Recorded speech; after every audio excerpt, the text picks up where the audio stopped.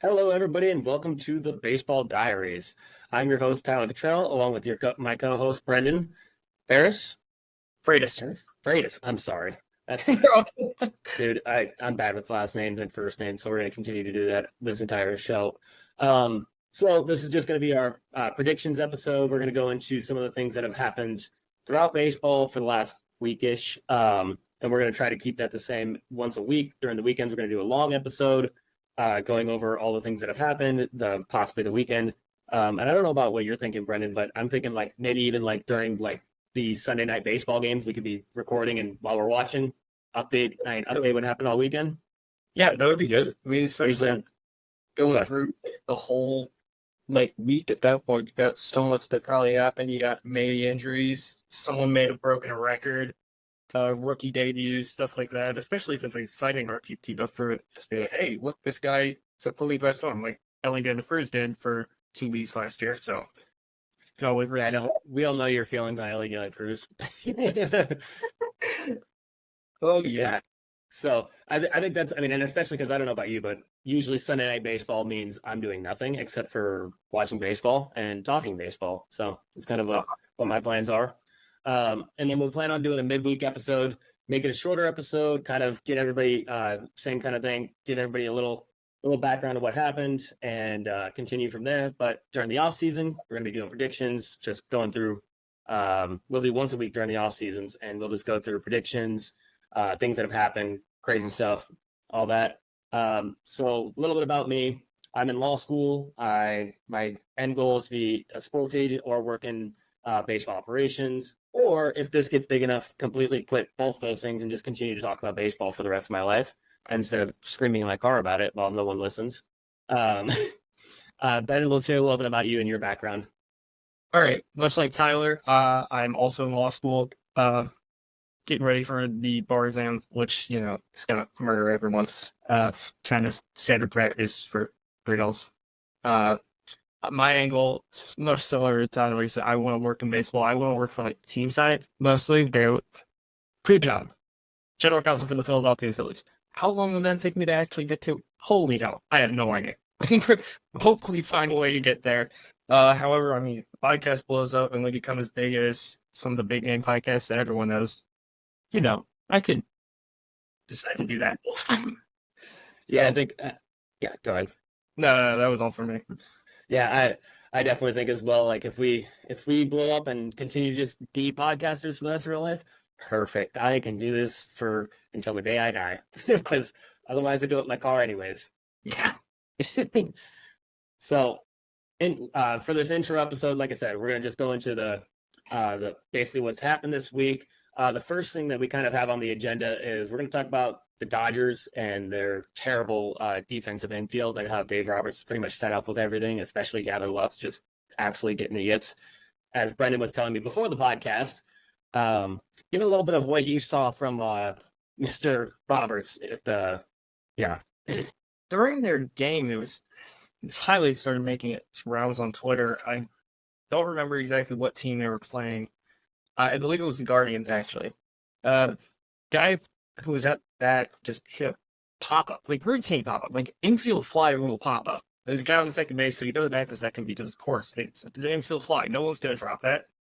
Chris Taylor's playing short, and Gavin Lux is playing second base. Does they move Gavin second base because the guy is just slaying the ball everywhere but first base when he's collecting anything at short. So they both kind of look at each other and just stand there and the ball drops. Merrick gets a kick out of the probably a sky high pop. Everyone expects that to be an out, and it's just like they pan over to Dave Roberts and the guy's just shaking his head. It's like, oh my god, I can't believe this is like still going on. It's like everyone knows what happened to Gavin Lux last year. He tore his ACL rounding the bases, and that sucks. But I don't know how it's translated to affect his defense too. I'm not sure how well he's been doing at the plate, but it clearly hasn't been enough to give him any form of confidence. And his just defense has been so subpar. It's almost shocking that it's been so bad to the point where the manager is actively shaking his head at you in the dugout. Like But that's Gavin, no, Well, I was going to say Gavin Lux. I mean, he has been. I mean, last year he did do pretty. He did step up quite a bit defensively or offensively. He hit 276 with a 745 OPS, which is good for a second baseman. And I believe he had he had 7 triples last year, which led the NL, which is crazy to me. But like you said, defensively he's just been bad. I mean, just not contributing, especially if you move him to shortstop. At shortstop, he's just been so bad. Like they literally just moved Mookie Betts, who is not a shortstop, is not an infielder. I mean, he can do pretty much anything, though. I mean, the guy is a freak of nature. If he wanted to just join the PGA Tour tomorrow, he could do it. And I genuinely believe that. But still, it just goes to show how bad defensively Gavin Lux has been. And I hate to knock the guy, but it's just that's how it's been. I mean, even or preseason it's been like that. And actually, when you were mentioning the pop-up that happened against the Guardians, I was at that game. Me and my dad were sitting there commenting about that exact pop. We're like, wait, how did nobody call that? Like, it literally just dropped in between Chris Taylor, which Chris Taylor is a great defensive player overall. He can play pretty much everywhere at above average defense. And I hate him because he kills my Cardinals every time in the playoffs. But no, he's a great defensive player. So the good thing about that is they can at least put, if Gavin Lux can't cut it, Chris Taylor can take over. And honestly, I really do think that Chris Taylor is one of the most underrated players in baseball overall. I think last year he didn't have the greatest year, if I'm not mistaken. But overall, his career, it sets up for itself. Yeah, last year he hit 237 with a 746 OPS. Year before that, 221. But I mean, in 2020 he had an 842 OPS, 2019, 794 OPS. I mean, the guy can play. If he gets full-time starts in that lineup. He's hitting pretty low in that lineup. He doesn't be out of this world good. No. I mean, Chris Taylor doesn't need to be out of this world good, especially when that lineup is just nightmares. I get nightmare. I'm actually kind of glad for Sonny Gray getting injured for the first week of the season because he doesn't have to see that lineup for his first start as a Cardinal and just get absolutely knocked around. It would hurt my confidence too if I came out and they were like, oh yeah, first at bat, you got to face Mookie Betts. Second at bat, Freddie Freeman. Third at bat, Will Smith. Fourth at bat, Ohtani. Fifth at bat, Max Muncy. Okay, that hurts. Minimum 2 earned runs at a minimum. Imagine how the Rockies pitching staff is going to feel dealing with that every year.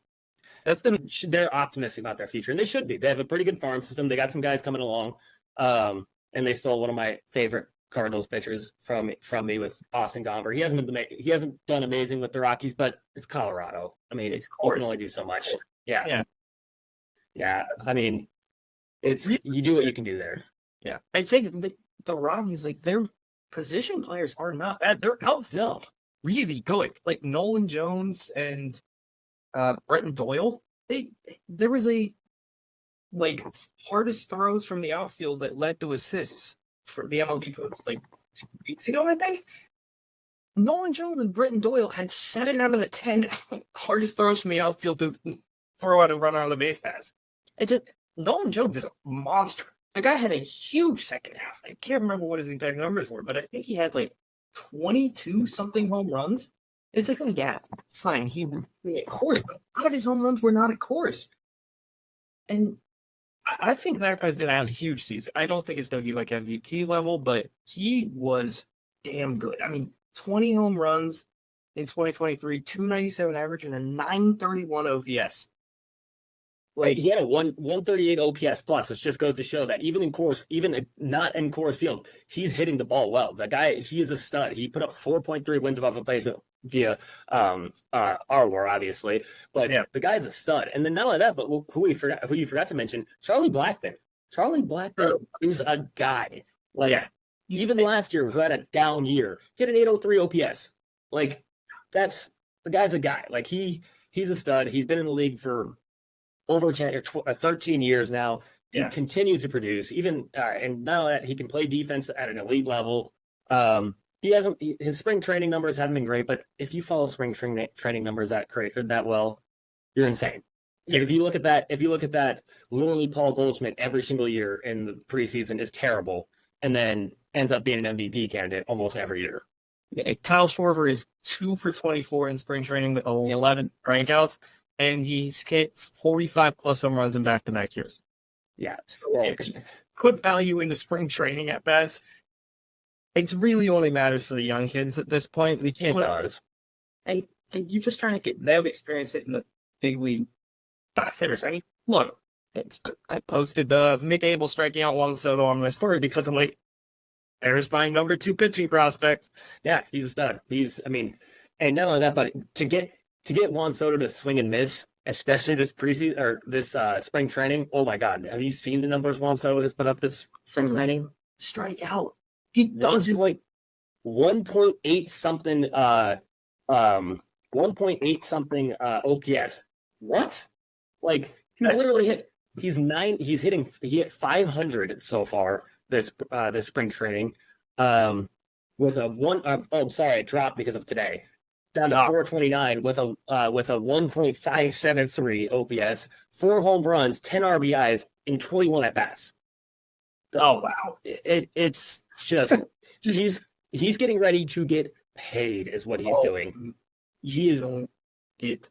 The offers that he's gonna get this upcoming offseason. Wait, I do expect the Yankees to actually show out for him because it's like there's no way they can't. Like, he's going to have to. With the short porch, the dude might hit 50 plus home runs. No, and here's the only thing that I worry about with Juan Soto. The only thing I worry about with him is when he's at his best, he's spraying the ball all over the field. Yeah. You look at in the 2019 World Series when he hit the home run off Garrett Cole, high and outside fastball, put it over the train tracks. When I saw that, I was like, this guy is not just good. This guy is the future. He is going to be the next biggest player in the league. And I mean, he was already one of the biggest players in the league, let alone he was only 20 years old at the time. So it's just, I think that if he can avoid, because his issue is when he went to San Diego and was having a rough start, he was trying to pull the ball. He was pulling the ball all the time. He was trying to hit as many home runs as possible, which is great. But when he's at his best, he's not trying to hit home runs all the time. He's going all over the field. He's just trying to hit line drives in the gaps. And when you're as big as Juan Soto, a lot of those are going out of the park. It's gonna be he's gonna be a guy, and if he can just continue what he's doing this spring training, he'll be just fine in New York. And if he just continues to do that, I think if they sign him to a long-term deal, the Yankees could get scary very quickly. Yeah, no, 100% agree. And the thing is, the reason I mentioned the Schmuck Corps was when he was in San Diego, he was trying to pull the ball so much. And yeah, that's going to create a problem. They designed Petco Park to try and contain Barry Bonds. And I mean, of course, that's never going to actually work. No, if you can name it. But with Soto, it's like the guy can hit anything in an arrow zone. If you miss in the zone on him, just get another baseball. It's over. Yeah. With him, it's like when he hit that ball over the train tracks in 2019, you're like, he's got power to all fields, and he can hit a pitch that's should never be a home run. No, that pitch from Garrett Cole was a good 4 inches out of the zone, at least. He's like Luis Ariz with ridiculous pop. It makes no sense sometimes. And then what's crazy is then 2 games later, it was either 1 or 2 games later, I can't remember, it might have been the next game, it definitely was the next game because it was Justin Verlander who was facing, Justin Verlander throws up and in at him, he does his Soto shuffle, and Justin Verlander just shakes his head at him, and then Justin Verlander then again throws another pitch up and in, which Juan Soto hit 500 feet. That ball was massacred. And I'm like, again, not in the zone, not even close to the zone. And he's just like, all right, I'll hit this 500 feet. Yeah. And that's the thing. With Soto, it's but Soto shuffle, and seeing that as many times as I did, especially during the Philly regular years. Oh my God, that was brutal. And some of the names that I've seen from the Phillies, Vince Velasquez had a 16 strikeout game one time, and I was it's just, I don't even know what to do with this information anymore. Yeah, with him, he's 100% contained. But segue now right into the Yankees' issues though, because Cole, MRI, Judge already out. Okay, they already basically come out and said that they had no idea. They don't think Garrett Cole's going to be ready to pitch opening day, which kind of ushers in the thoughts of what is the Yankees rotation even going to be right now? Because I mean, problems over the last 2 years staying healthy. I remember when they were playing, I think the Mariners late last season. Cortez, this was one thing that blew my mind. Was Cortez's fastball lost, I think, 4 miles per hour in an inning and a half, and Aaron Boone left him in it. And I was just shocked because it was like his fastball was down from 93 to 88 or 87. And it's just like, yeah, he's a crafty pitcher, but you can't, he's not going to miss bats with that. It's just not going to happen. And No, and exactly. And in New York, if you don't miss the bat, good luck. Like, Yeah. it's not going to happen. yeah, like, that's like a huge problem for the Yankees already because you're going into the season, you got all this hype built up around because you have Juan Soto. And you're going to have Juan Soto and Aaron Judge in your outfield. And you think we're telling Aaron Judge to play center field this year? I believe so as well. Yeah, I definitely believe he's sticking in center field. Great defensive outfielder, but it's like if he's not healthy, now you're just down the Juan Soto, and you might be putting the corpse of Giancarlo Stanton in the field. Yeah, and Great hit. Absolutely outrageous good hitter, but he can't move anymore. no, Giancarlo Stanton. I mean, and if you've seen him recently, he lost a ton of weight. And honestly, I don't know if that's a good thing for him because he was absolutely jacked in his prime. And last year, Giancarlo Stanton had a 695 OPS, 87 OPS plus. Like, he wasn't the guy that we were expecting, or who he normally is. And even the year before that, 2022, 759 OPS. That's not who he is. Oh, absolutely not. It's like the decline of Giancarlo Stanton. It's like, yes, he's been hurt, and it's really unfortunate because I think he's one of the best hitters ever. Like, he's got like 540-something home runs, right? I believe it's 541. Let's see. I think it's 541. I could be off by a couple there, but I think he's an active home run hitter. You are far off. 402. 402. All right, that's what we got. Oh, I might be thinking of Nelson Cruz, but that dude's long since. Could be. Yeah, I miss Nelson Cruz. I loved him. Well, as a Cardinals fan, I loved him for missing that pop-up in right field in 2011. I did. Also, we should probably preview this a little bit. I'm a Cardinals fan, have been my entire life, unless the team wants to hire me. Then I'm whatever team hires me. And Bennett is a Phillies fan, and he's going to have some critical Phillies remarks like usual. Yeah, it's that those can get very, very visceral at times. Yeah, and he runs our Twitter. So if you decide to engage, I'm not holding him. Whatever he says is gonna be said. I'm not putting a leash on him. Whatever he says, good luck to you. Cardinals fan, I'm gonna be a little more lenient, especially because my soul has been broken by them recently. But I'm gonna try and lay off that for a little while. So it's still a sore spot.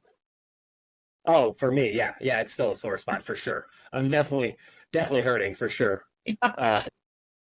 But so, and then also like back to the Yankees. Sorry about that, but we had to preview the podcast while we keep saying that our team, and they're like, who the hell are these guys talking about? Yeah, that's what we mean. I mean, do they still have Harrison Bader this year? No, Yankees. That's now. Oh yeah, you're right. So I mean, that's another. Yeah. So that's another. Who is their backup center fielder? I mean, honestly, Great question. I mean, we could get Jason Dominguez at this point. I guess. I mean, he struggled when he came up, but like he was getting better. But at the same time, it didn't seem like they were really willing to just give him the starting role, which again is fine if you don't want to like subject a rookie to a ton of like immediate pressure, because it's like it's New York, it's a huge market. The pressure is always elevated in those big market environments.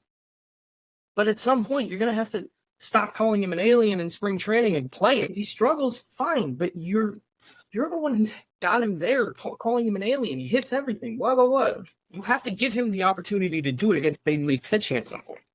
Well, and you said Jason Dominguez, right? Yeah. Yeah, he's out until sometime this summer also. Which I forgot that they also picked up Alex Verdugo and Trent Grisham. Their service mission. Yeah, Trent Grisham has been serviceable, I guess, but he's not been the guy that they thought he was going to be, that's for sure. Trent Grisham, originally when he came up, it was like this guy is going to be one of the best players on the Padres originally. Yeah. But he hasn't really shown that. Last year he had a 666 OPS, 87 OPS plus. So, I mean, just hasn't been that guy.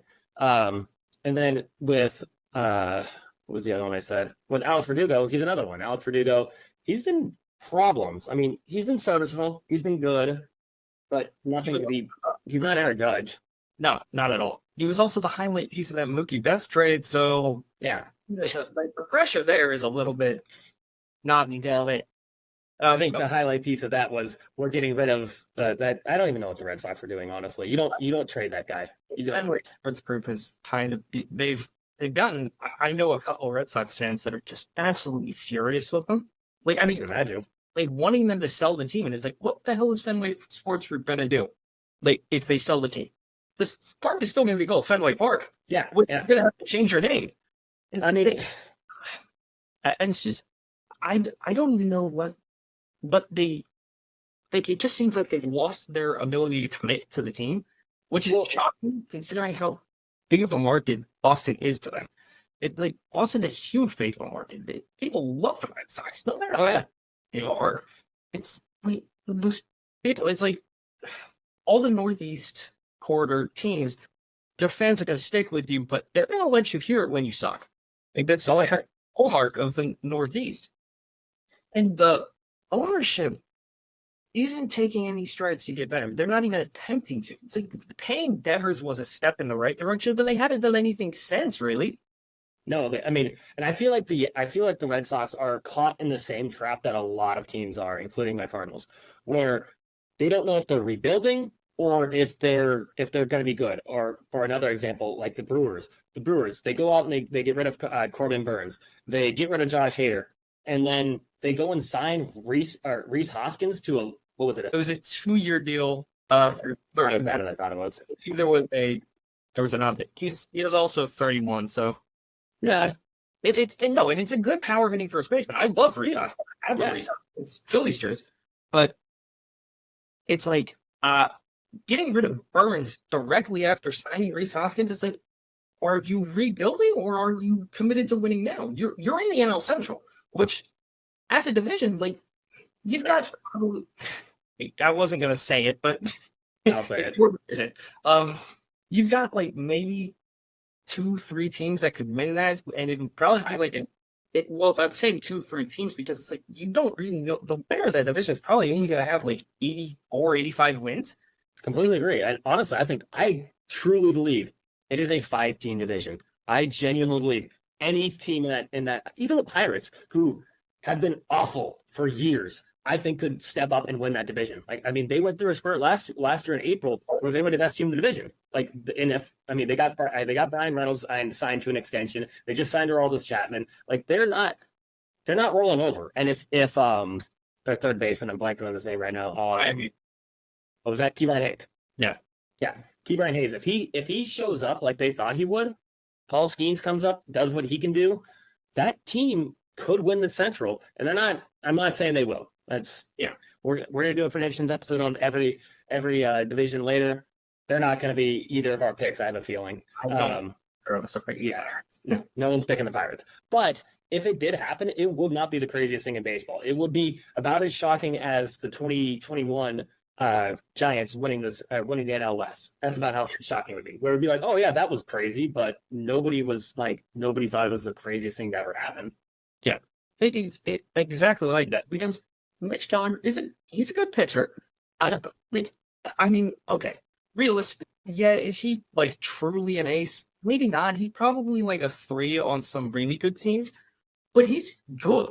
Like he can win you a couple games. And the thing is, it looks like with Mitch Keller, sometimes he gets like a little bit in his own head and starts missing spots just because he's not super confident. And I mean, dude, you've got a 96, 97 mile an hour fastball. Just let it rip.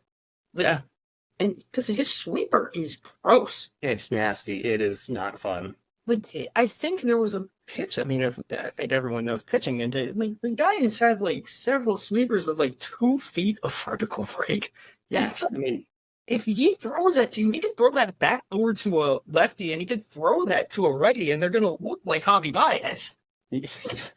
Yeah, it's hard to make anybody look like Javi Baez, but because that's not on chase rate. Yeah, a very elite chase rate. Anyways, so we got to get back to the Yankees. So the Yankees injury history. I mean, it's happening again. Like I don't want to call it like it is.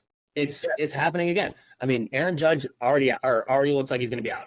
Garrett Cole, and the Yankees have a long history of being like, oh, he's getting an MRI, but we think he's going to be okay. Look at Luis Severino. Every single year they thought he's going to come back. Don't worry, he's coming back. Don't worry, he's coming back, and then he never does. Like, and even when he did this last year, he was terrible last year. Carlos Rodon with them last year, absolutely terrible when he came back. So it's what is it going to be? And then also even the other players on the team, DJ LeMahieu, what's he been since coming up? Anthony Volpe looks like he's going to be all right. Looks like he's going to be okay, but he's like one of the younger guys on the team, or one of the youngest guys on the team. Other than that, a lot of these guys are older guys that they're relying on, and relying on older guys when you're already a team that struggles with injury, that's not a good thing. No, definitely not. And I mean, the thing is I think everyone has like Rizzo. People like he's a cool guy. I love him. I love him. Loves Anthony Rizzo. He's 36. Yeah, and he missed a lot of time last year. He was hurt for a lot of time last year. And I mean, the second baseman, Gleyber Torres, who has been very consistent for them at second base.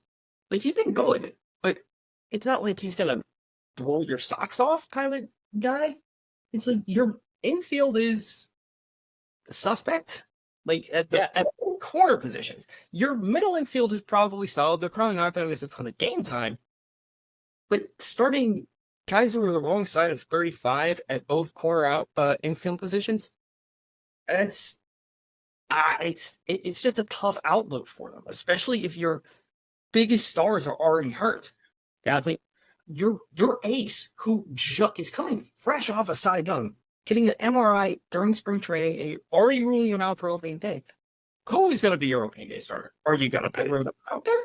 Like, in my opinion, I go with Marcus Stroman for the opening day starter, just because you know what you're going to get out of him. But also, you kind of don't, because he's never pitched in New York. Well, other than for the Mets, which that's different. It's a whole different ballgame. Yeah, he's from what I've never played myself, but from what I've heard from players, it's a different feel being in New York and under those lights.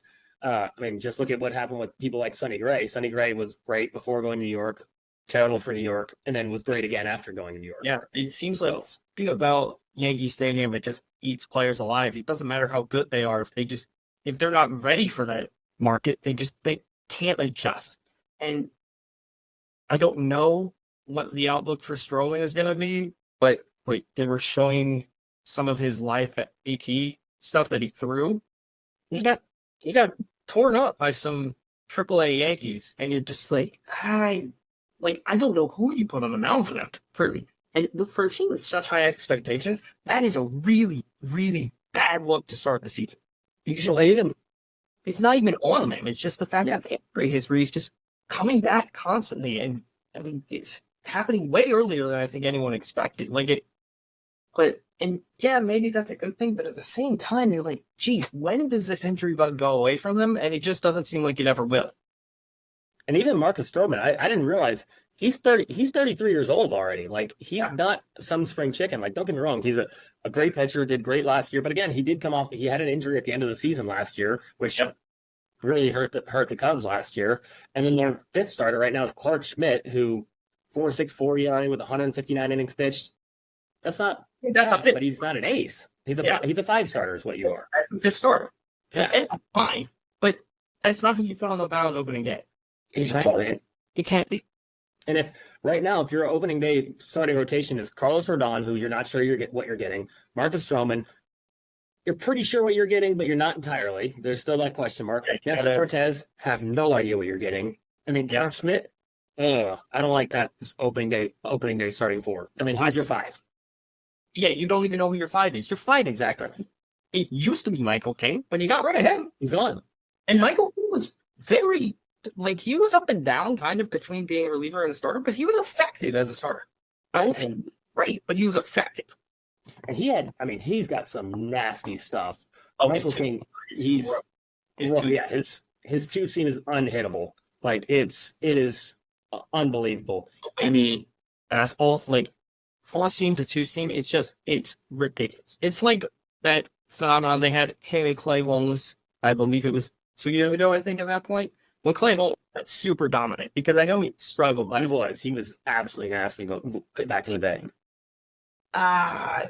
You can't really throw out anyone in their bulk. I mean, you can put Ron Marinaccio out there, but I guess that's really not what you want to see out of a Yankees rotation.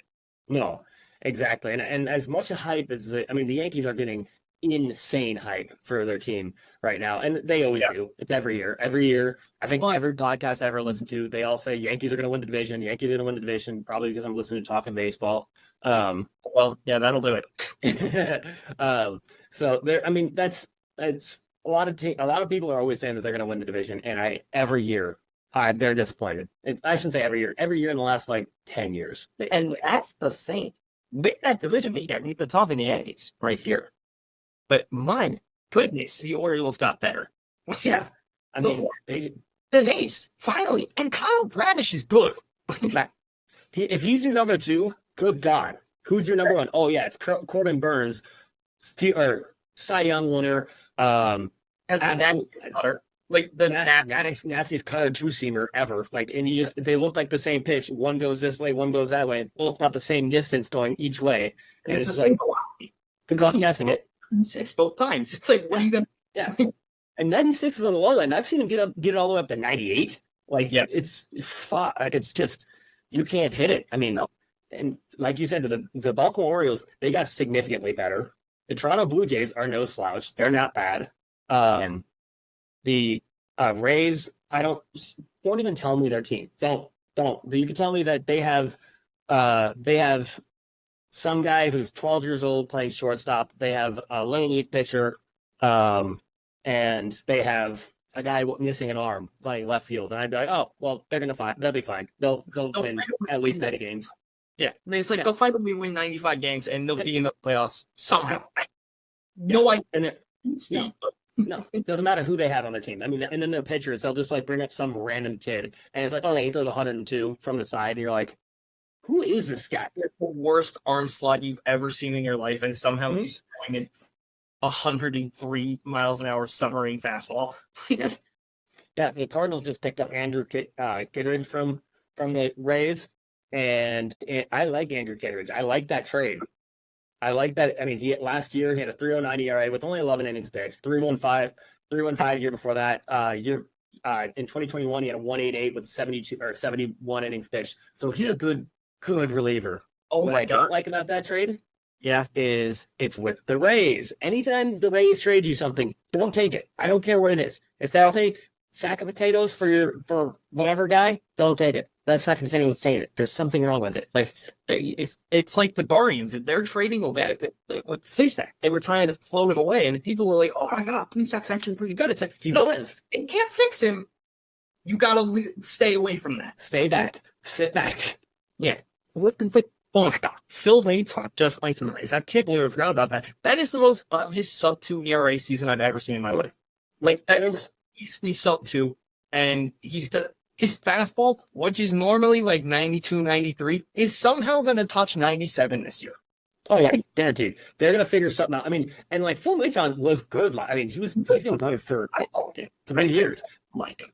Yeah, I like him as well. And they're gonna do some voodoo witchcraft. I don't know what they're gonna do. They got some kind of magic pot that they're gonna look into, and like they're gonna add some sugar and some spices, and all of a sudden Phil Maton's gonna throw 100 miles an hour and have a sub-2 ERA and strike out literally everyone he faces. It makes sense, but then you're gonna look at the team he plays for and go, yeah, all right, never mind, I got it. Yeah, exactly. It's the Rays. They just know some magic. Oh yeah. Anyway, bringing it back to the Yankees with that, it's like that division. You can't just be good. Like it's not the NL Central, not the AL Central. You can't win 85 games and win that division. You're gonna have to win 95, 100 games to even make the playoffs because they're gonna have 2 teams that win over that.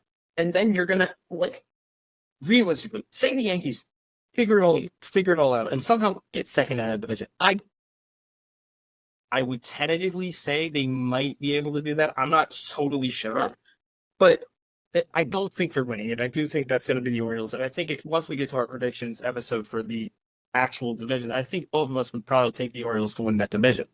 But you're going to have to go away to probably someone in the AL Central. And if you're just okay, what happened to the Blue Jays in Minnesota last year? Yep. They were in there thinking they were going to win it. And they were a good team. And they got smoked. It wasn't. It was barely competitive. It was only competitive when Barrios was pitching. You play good coaching, and all of a sudden everything blows up in your face. You can't take them lightly. The playoffs are an animal. And I think that while the Yankees can still make the playoffs, it's like they just seem like they're almost half-assing their way through spring training, not really telling everyone what's going on with their health concerns. And you don't even know what their rotation is. It's just a dangerous combination. I agree, and like you said, they can't. And let's say they, it's probably gonna be the Twins that they play. Oh, I mean, let's just be honest. It's probably gonna be, and it could be the Guardians. I'm not gonna completely count them out because, like we said before, they're always flat. It's an interesting division this year because it's kind of like the NL Central, where it could be a 5-team division with like the exception of one that'll probably not be great, but White Sox. Yeah, they got back and it's like Kopech's half in, half out. It ceases might be phase out. He's gone. He needs on. Like the White Sox were such a they made the playoffs in 20 and 21, and everyone's like, "Oh my god, I turned it around!" And now it's like, "What the hell happened?" Because they got rid of Tony La Russa. That's what it was. Yeah, Tony La Russa is the guy. Come on, man. No, but I agree. Like that Central's gonna be a weird division. But like, I'm going back to the Yankees. Like, okay, let's say they just miraculously they win the 3-game series. They go to face. It would be likely the Astros or the Rangers. Okay, now you're starting rotation. Question mark with Garrett Cole if he's gonna be there or not. Which Garrett Cole versus. But as of it, his Astros rotation is probably the weakest it's been in a long time. It is definitely the weakest it's been. That one's still good. Yeah, it's still good. And I would say just the Rangers concern me because of the age of their rotation. But that is a concern. I think is going to be very interesting. My prediction for that one, I don't think a lot of people might pick them, but I think it goes outside of Texas this year. I really do. Really? I do think it goes outside of Texas this year. We can reveal that later. Yeah, I'm curious. I'm curious about that. I like your take some things, but I'm gonna say the opposite. But let's just say this. Let's just say it's for the sake of argument's sake, it's gonna be Astros or Rangers. Okay, so you got Garrett Cole game 1, possibly versus if he's healthy, though we don't know. We have no way to happen if he's healthy. And okay, so you got Garrett Cole versus either Jacob DeGrom if he's healthy, which again is right there, 100%, or Justin Verlander. Garrett Cole versus Justin Verlander. Again, both those I'm going with coin flips. I don't know who's winning that one. Okay, now game 2, you're going Marcus Stroman or Nestor Cortez, or if you're feeling really bold, you're doing Rodon. If he's healthy, he comes back. He could be. Yeah. And then okay, so now you got Nathan Eovaldi or not Christian Javier, Fernando Valdez. Again, coin flip. I don't know which one I'm going with. I think with the Eovaldi one, I think I'd take Eovaldi. Yeah, because he brewed. That guy is ridiculous. He's again. All of this is everything is dependent on health. Obviously, it's such a. He is so fluky, especially with health concerns, and especially with the bullpen.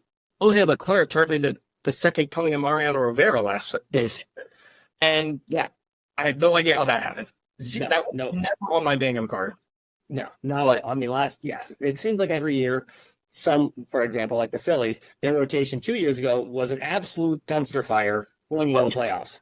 Absolute dumpster fire. It was known that if you can get to the Phillies bullpen, you're going to win the game most likely. And they won that game. Yeah, that's all you need to say. And then all of a sudden you get to the playoffs, and what was his name? Sir Domingo Dominguez. Yes, Anthony Dominguez. Thank you. Comes in and just lights out, just absolute lights out. Everyone coming out of that bullpen, absolute lights out. And That did not happen all season long. Literally not once. Everyone knows who Jose Alvarado is now. Yeah. Alvarado was terrible in 2022. We sent him down to AAA to fix his pitching. He came back up and he was unhittable. It was ridiculous. I love the guy now. We have Jose chance that says in a art form. And it's the best ever. But I'm just like, pitching can be so fluky. And you expect one thing to work all the time. And that's the problem with the Yankees. Like, yeah, it might work out, but your health concerns are so overwhelming. It's tough to see you might have been a wild card series. And I would say that they probably are more than capable of that. But once you get into, if they get a wild card series, they're not even starting the race against the division. They're probably starting Nestor Cortez against one of DeGrom or Verlander once you get there. And Exactly. You can't even chalk that up as a win. You've got to be like, damn, how are you going to steal one in Houston or in there it is. Yeah. Yeah. I mean, I agree. I mean, you just don't know what you're. I mean, it's tough with the Yankees. The Yankees got all this hype around them, very injury prone, very just we don't know what we're gonna get out of their rotation, and I think that's just too big of a concern that people are not talking about. Yeah, I agree.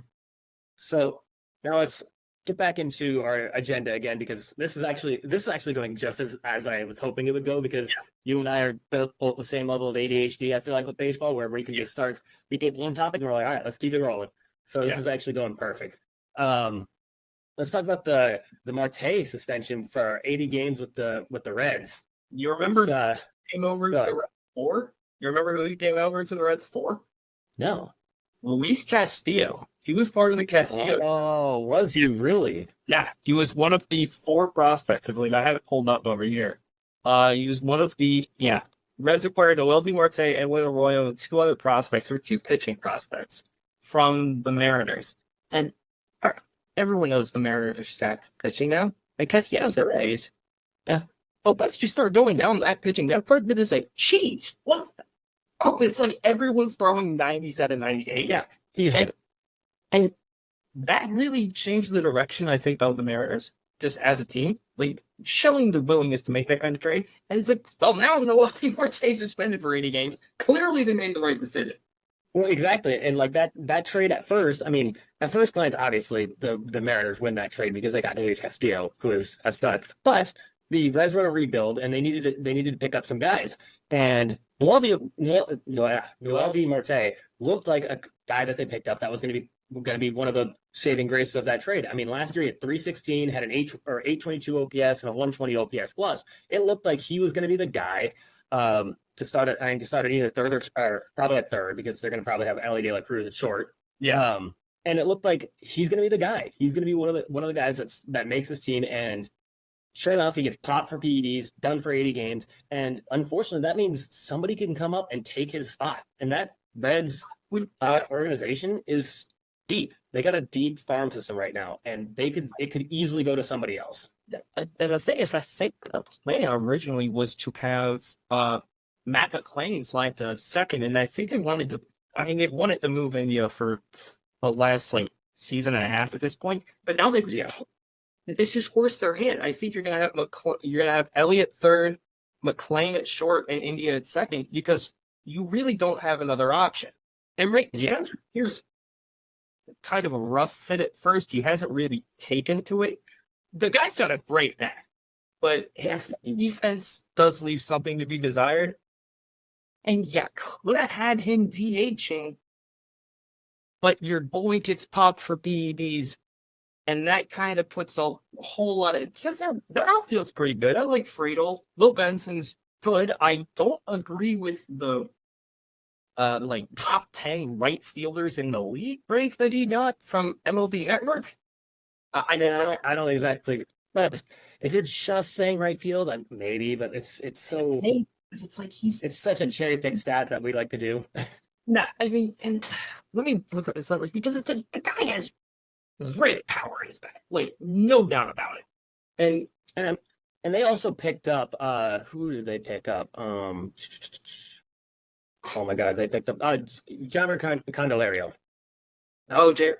Okay, yeah. Jamer, yes, they picked him up, and that was a big pickup, and that's another person that they're going to use, and he is going to help, or going to really help that team.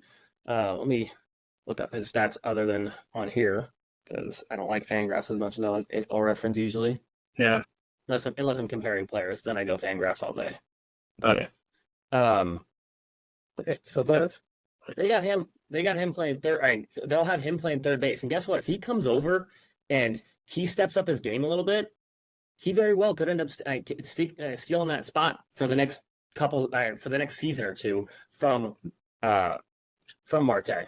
So Yeah. I mean, it's one of those things where, man, you hate to see that he got popped for PEDs, especially because this young red staff, and like we've already previously said before, this Central is open. It is an open outfield, and if they come out, if Ellie De La Cruz becomes the star that he's supposed to be, if Marte would have done what they thought he was going to do, the pitching staff does what it can do because they got some guys. They got Frankie Montas. I forgot about the Montas pickup. I did like that.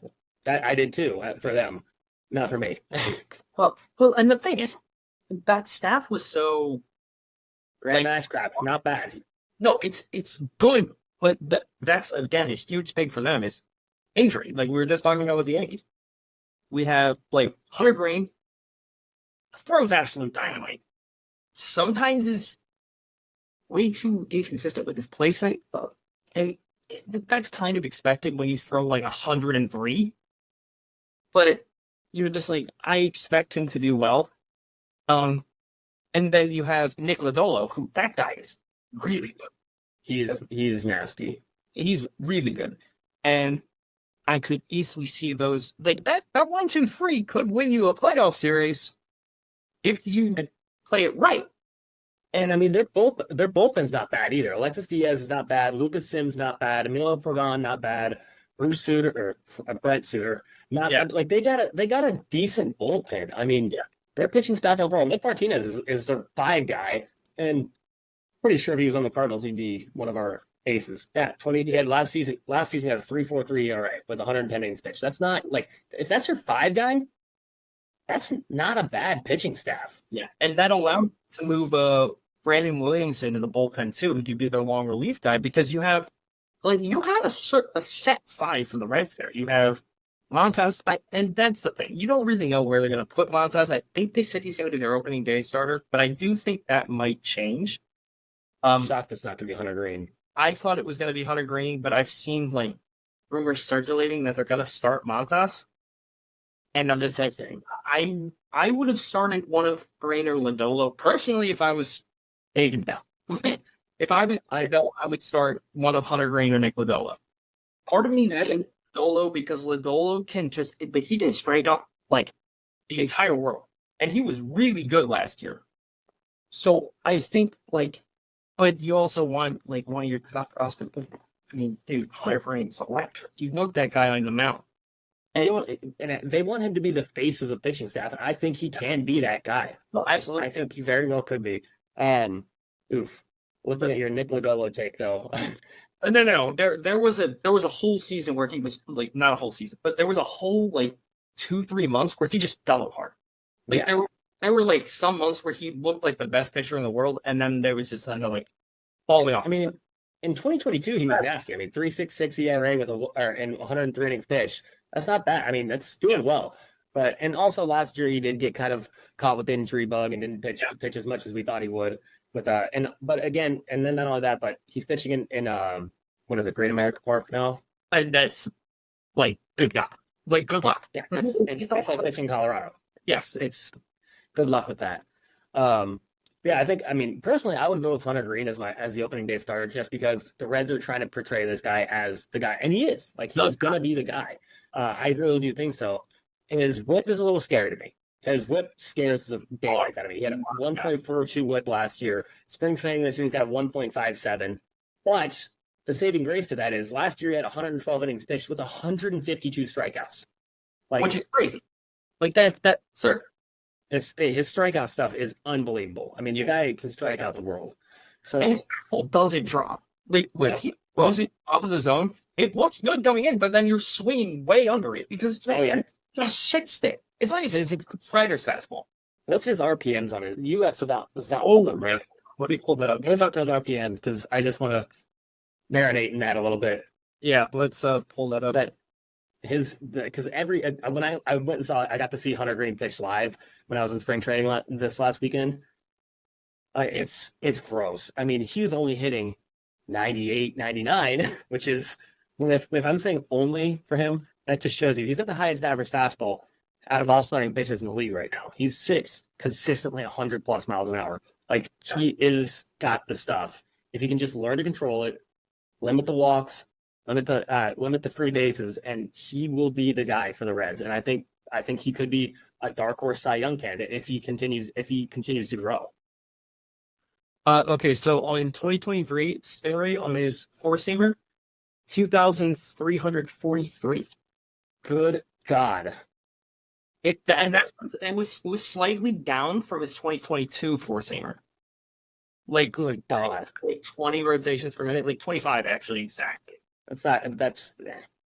That's not enough for concerns. slightly above league average too. I mean, and then It's only slightly above league average. yeah, he's only at 6.3. Wait, I'm sorry. What was it slightly above league average? I believe his no his extension. Oh, okay.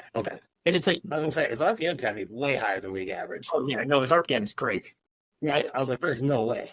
And the thing is, with Hunter Green, he only has 3 pitches. Can you imagine if that guy developed a curveball? Yeah, I mean, yeah. If he develops a curveball, he goes fastball, slider, changeup? Yep. Yeah, and I don't think his changeup is that great if I remember correct. He throws it at least. He only threw it 100 times last year. Like comparison, say slider he threw 842 and fastball was 1,135. That's a long track pitch. He barely ever the changeup. Yeah, I mean, if he can learn to throw the changeup more effectively and often, it could be something scary. Or if he, like you said, or if he develops a curveball or even a split, like because a split has now become the new. I love it. It's great. That's awesome. I'm very happy that was making a big comeback. Yeah, I mean, when you look at Yamamoto's split, it's just it's unfair. It just is completely unfair. In a second, because I saw something yesterday that made me jump for joy. But just going back to what Hunter Green has here, his ex WOBA and everything, like a lot of the stats that he go for with pitches against hitters, it all went down. So like he actually was technically pitching better. Like it was harder to get on base against him, although his walk rate is still pretty scary. But his expected ERA was 3.82, and his actual ERA was 4.82. So, I mean, like, probably some of that's due to Great American, but his pitch has been in the top 9% of the league both years he's pitched. And if he can get, I think, like, let's hope he stays healthy all year. If he can get like 180 innings pitched, that would be huge for his development. I agree. I mean, if he can get some development, start using the changeup a little more. I think he needs to get a little bit better with changeup. Because I'm looking right now at Baseball Savant. It says average fastballs between basically 98 and 103 miles an hour. Yeah. And then his changeup is between 89, or his changeup is basically between 89 and 94. And you gotta get that changeup down. Get it down. Like, if you can get that changeup to like even like 86, it's gonna be ridiculous. Yeah, exactly. If you can get that changeup down to 86, have it basically the same speed as his slider, just going the opposite direction. Yeah. Good luck. Now you got 3 pitches that you can't touch. Yeah. Well, it's like unhittable already because no one hits it. Like, and realistically, most of the swings that connect on his fastball, it's like, oh, I don't know how the hell you got a barrel to that. Yeah. And even if you did, in most of the balls that they do hit barrel with, usually it's fouled off. Usually it's barreled way down the right field line or left field line, depending. Like it's tough to see. It's tough to hit in general. I mean, if you look at his Baseball Savant, it's littered with just red. I mean, there's a bunch of red. The only things that are in the blue are his ground ball percentage, which he's not a ground ball pitcher. also his hard hit percentage is pretty low. But I think with development of a changeup, developing his other pitches, I think that's going to go down dramatically. Yeah. And he needs to stop, or he needs to get more in the zone to get. I mean, just because I think what batters are kind of seeing a lot of, and I'm looking at now his splits with everything else. His slider, he almost exclusively sits either middle in or middle middle. Yeah, I shouldn't say that. Low and in or middle middle. That's great, but let's try and get that low and outside on that slider. If you get that low and outside, that becomes a disgusting pitch. His changeup is all over the place. One thing that's in the zone is low and away. Everything else is not even close to the zone. Doesn't his fast that pitch. He just doesn't have the command of that pitch right now. No, and he doesn't, honestly, other than his fastball, I don't think he has that out pitch really. But if hitters know that your fastball's your out pitch, you just kind of time it up. Yeah. All they got to do. That's why pitchers like, for example, another pitcher that I would compare him to would be like a Spencer Strider. The reason why the difference between Spencer Strider and Hunter Green is Spencer Strider can get you with the fastball or the slider. Yeah, and that's all it took. With last year's 2 pitches, he can get you with that fastball. He can get you with that slider. All he needed. Because it's a similar thing. When Strider came up, he was a 3-pitch guy, and now he has a 4. Because he doesn't really throw the changeup, and he really doesn't it very well. His curveball has looked very good, so it's similar to Hunter Green's. If you can develop, if you can't control the changeup, try throwing a curveball and see how it goes. Because if you control that, now you have something else you're showing, and you're taking a lot of velocity off it. Yeah, and I think that's the biggest issue. I think that everyone knows that Hunter Green is going to come in with some crazy velo. Everyone knows his slowest pitch is his slider at 87 miles an hour average. Like that's a good difference, I will say, from fastball to slider. Yeah. So that's the slider he's not commanding that well. I mean, the slider he's commanding pretty much middle. Like, if you're commanding it middle, that's great because now every time they see the slider, they're like, all right, cool, I got it middle, and I can just absolutely tee off on it. Yeah. Because if that's the only place you can throw it for a strike, and that's the thing, if you need to get ahead in an account, from Hunter Green, it's like he kind of has to throw the fastball to get ahead. And then it's like the slider, it's not even out pitch because he's leaving it right over the heart of the plate. And it's exactly, it's a get me over slider. Yeah. It's at 87, that's essentially a BP fastball. Yeah, exactly. Like, well, I mean, it's right there. And he's got good movement on it and stuff, but but this is major league hitters we're talking about. So they see that slider right away, and they know it's going to be middle. So, all right, I see the slider, middle, I'm swinging. Like, he needs to start developing that. Either to get that slider, he needs to get that slider moving in and out of the zone a little better. Yeah. Or I should say, because I think he should do both, is he gets a third pitch that he can just use to dominate. And I think if he does that, he very well could end up becoming one of the best pitchers in the league, and which is crazy because, like, I honestly thought by this point in his career he would already be that guy.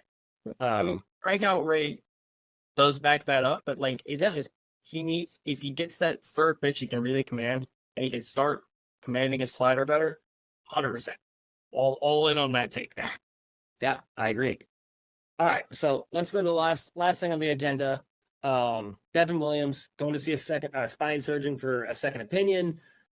It sounds like he's going to start the season. It does sound like he's going to start the season, but he has concerns about the spinal injury. Obviously, if he's going to see a second opinion, and the Brewers' own medical staff doesn't seem concerned, and I trust that about as far as I can throw Bartolo Colon.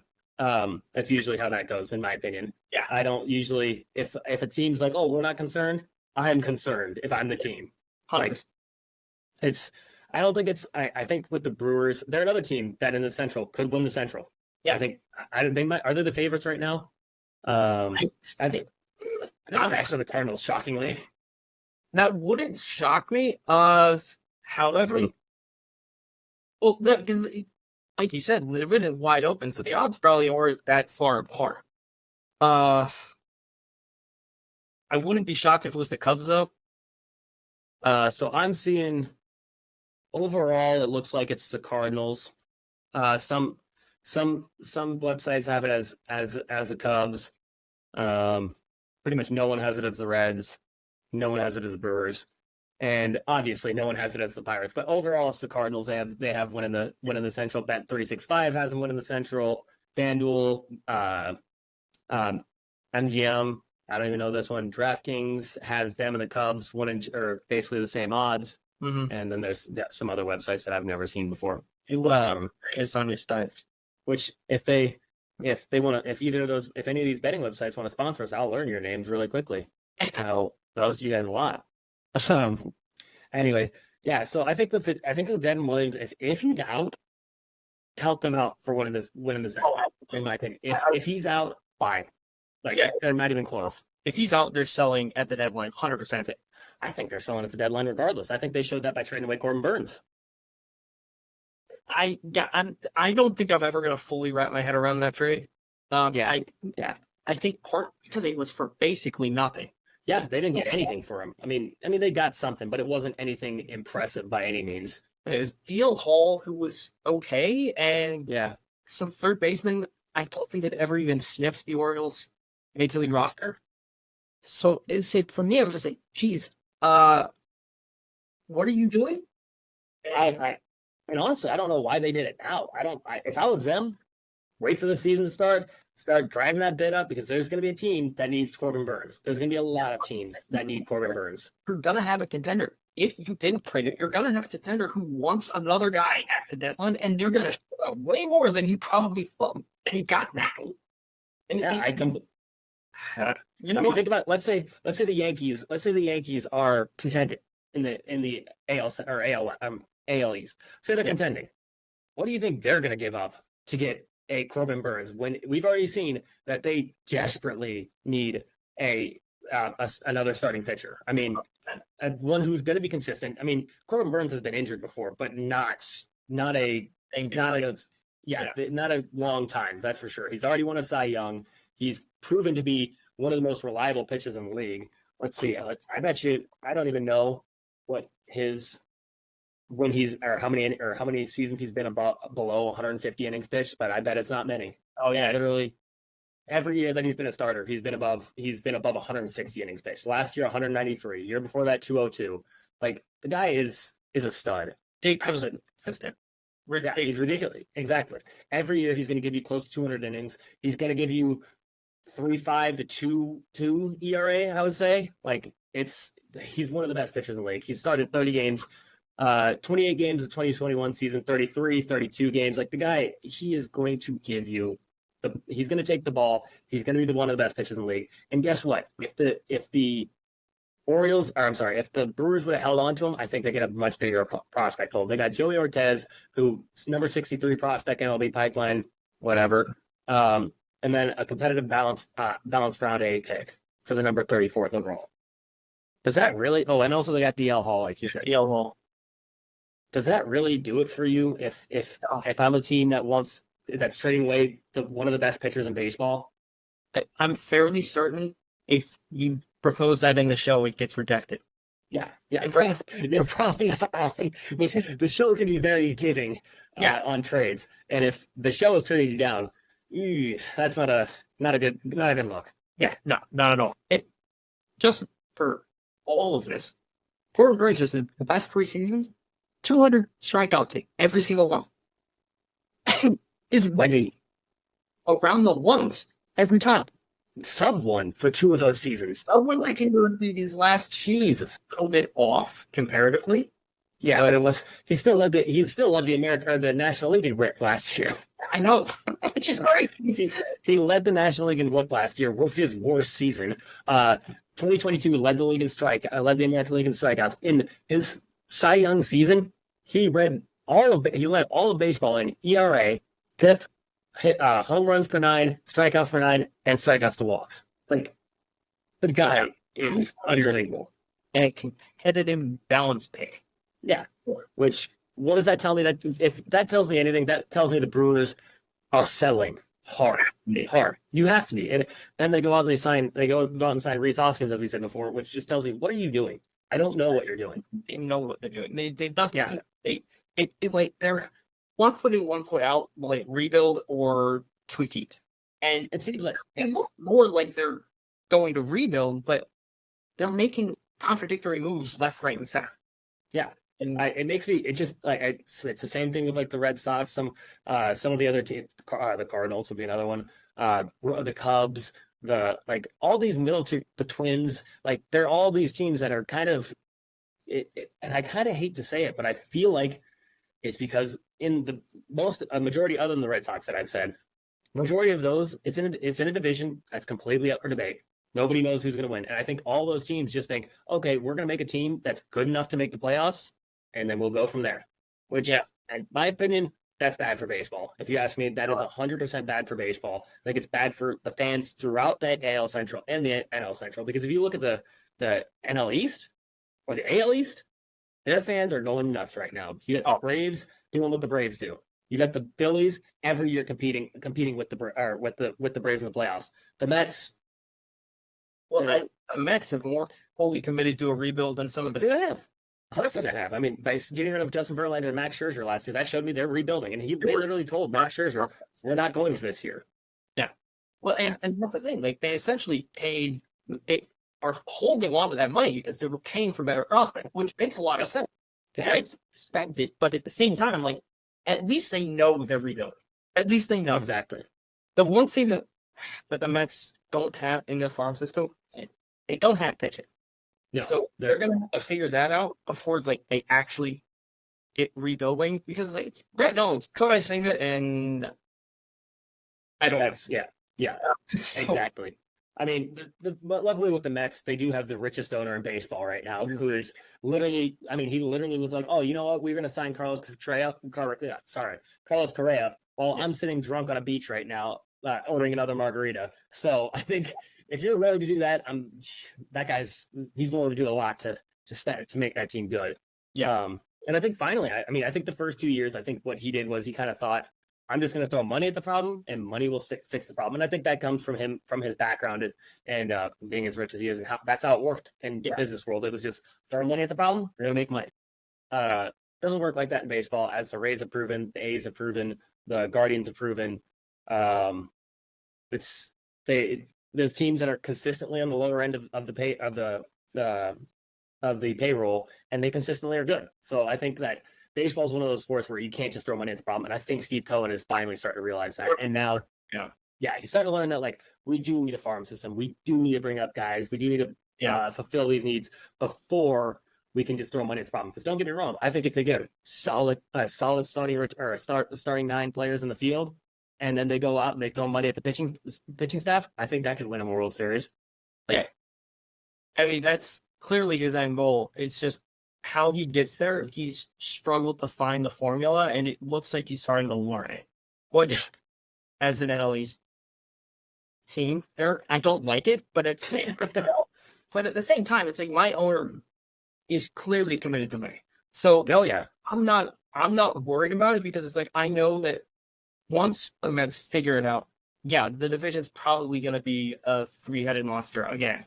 And then it's just going to be the top 3 teams in the division beating each other over the head. Well, I don't even think it's just going to be a 3-team division, because you look at the Marlins. The Marlins are no slouch either. They're not bad. They're not. The thing, getting rid of Kim Inge, great. Yeah, I think that was massive. I hated that. I hate it too. Because I thought them showing back up again, it's like, but the Marlins being good is good for baseball. It is.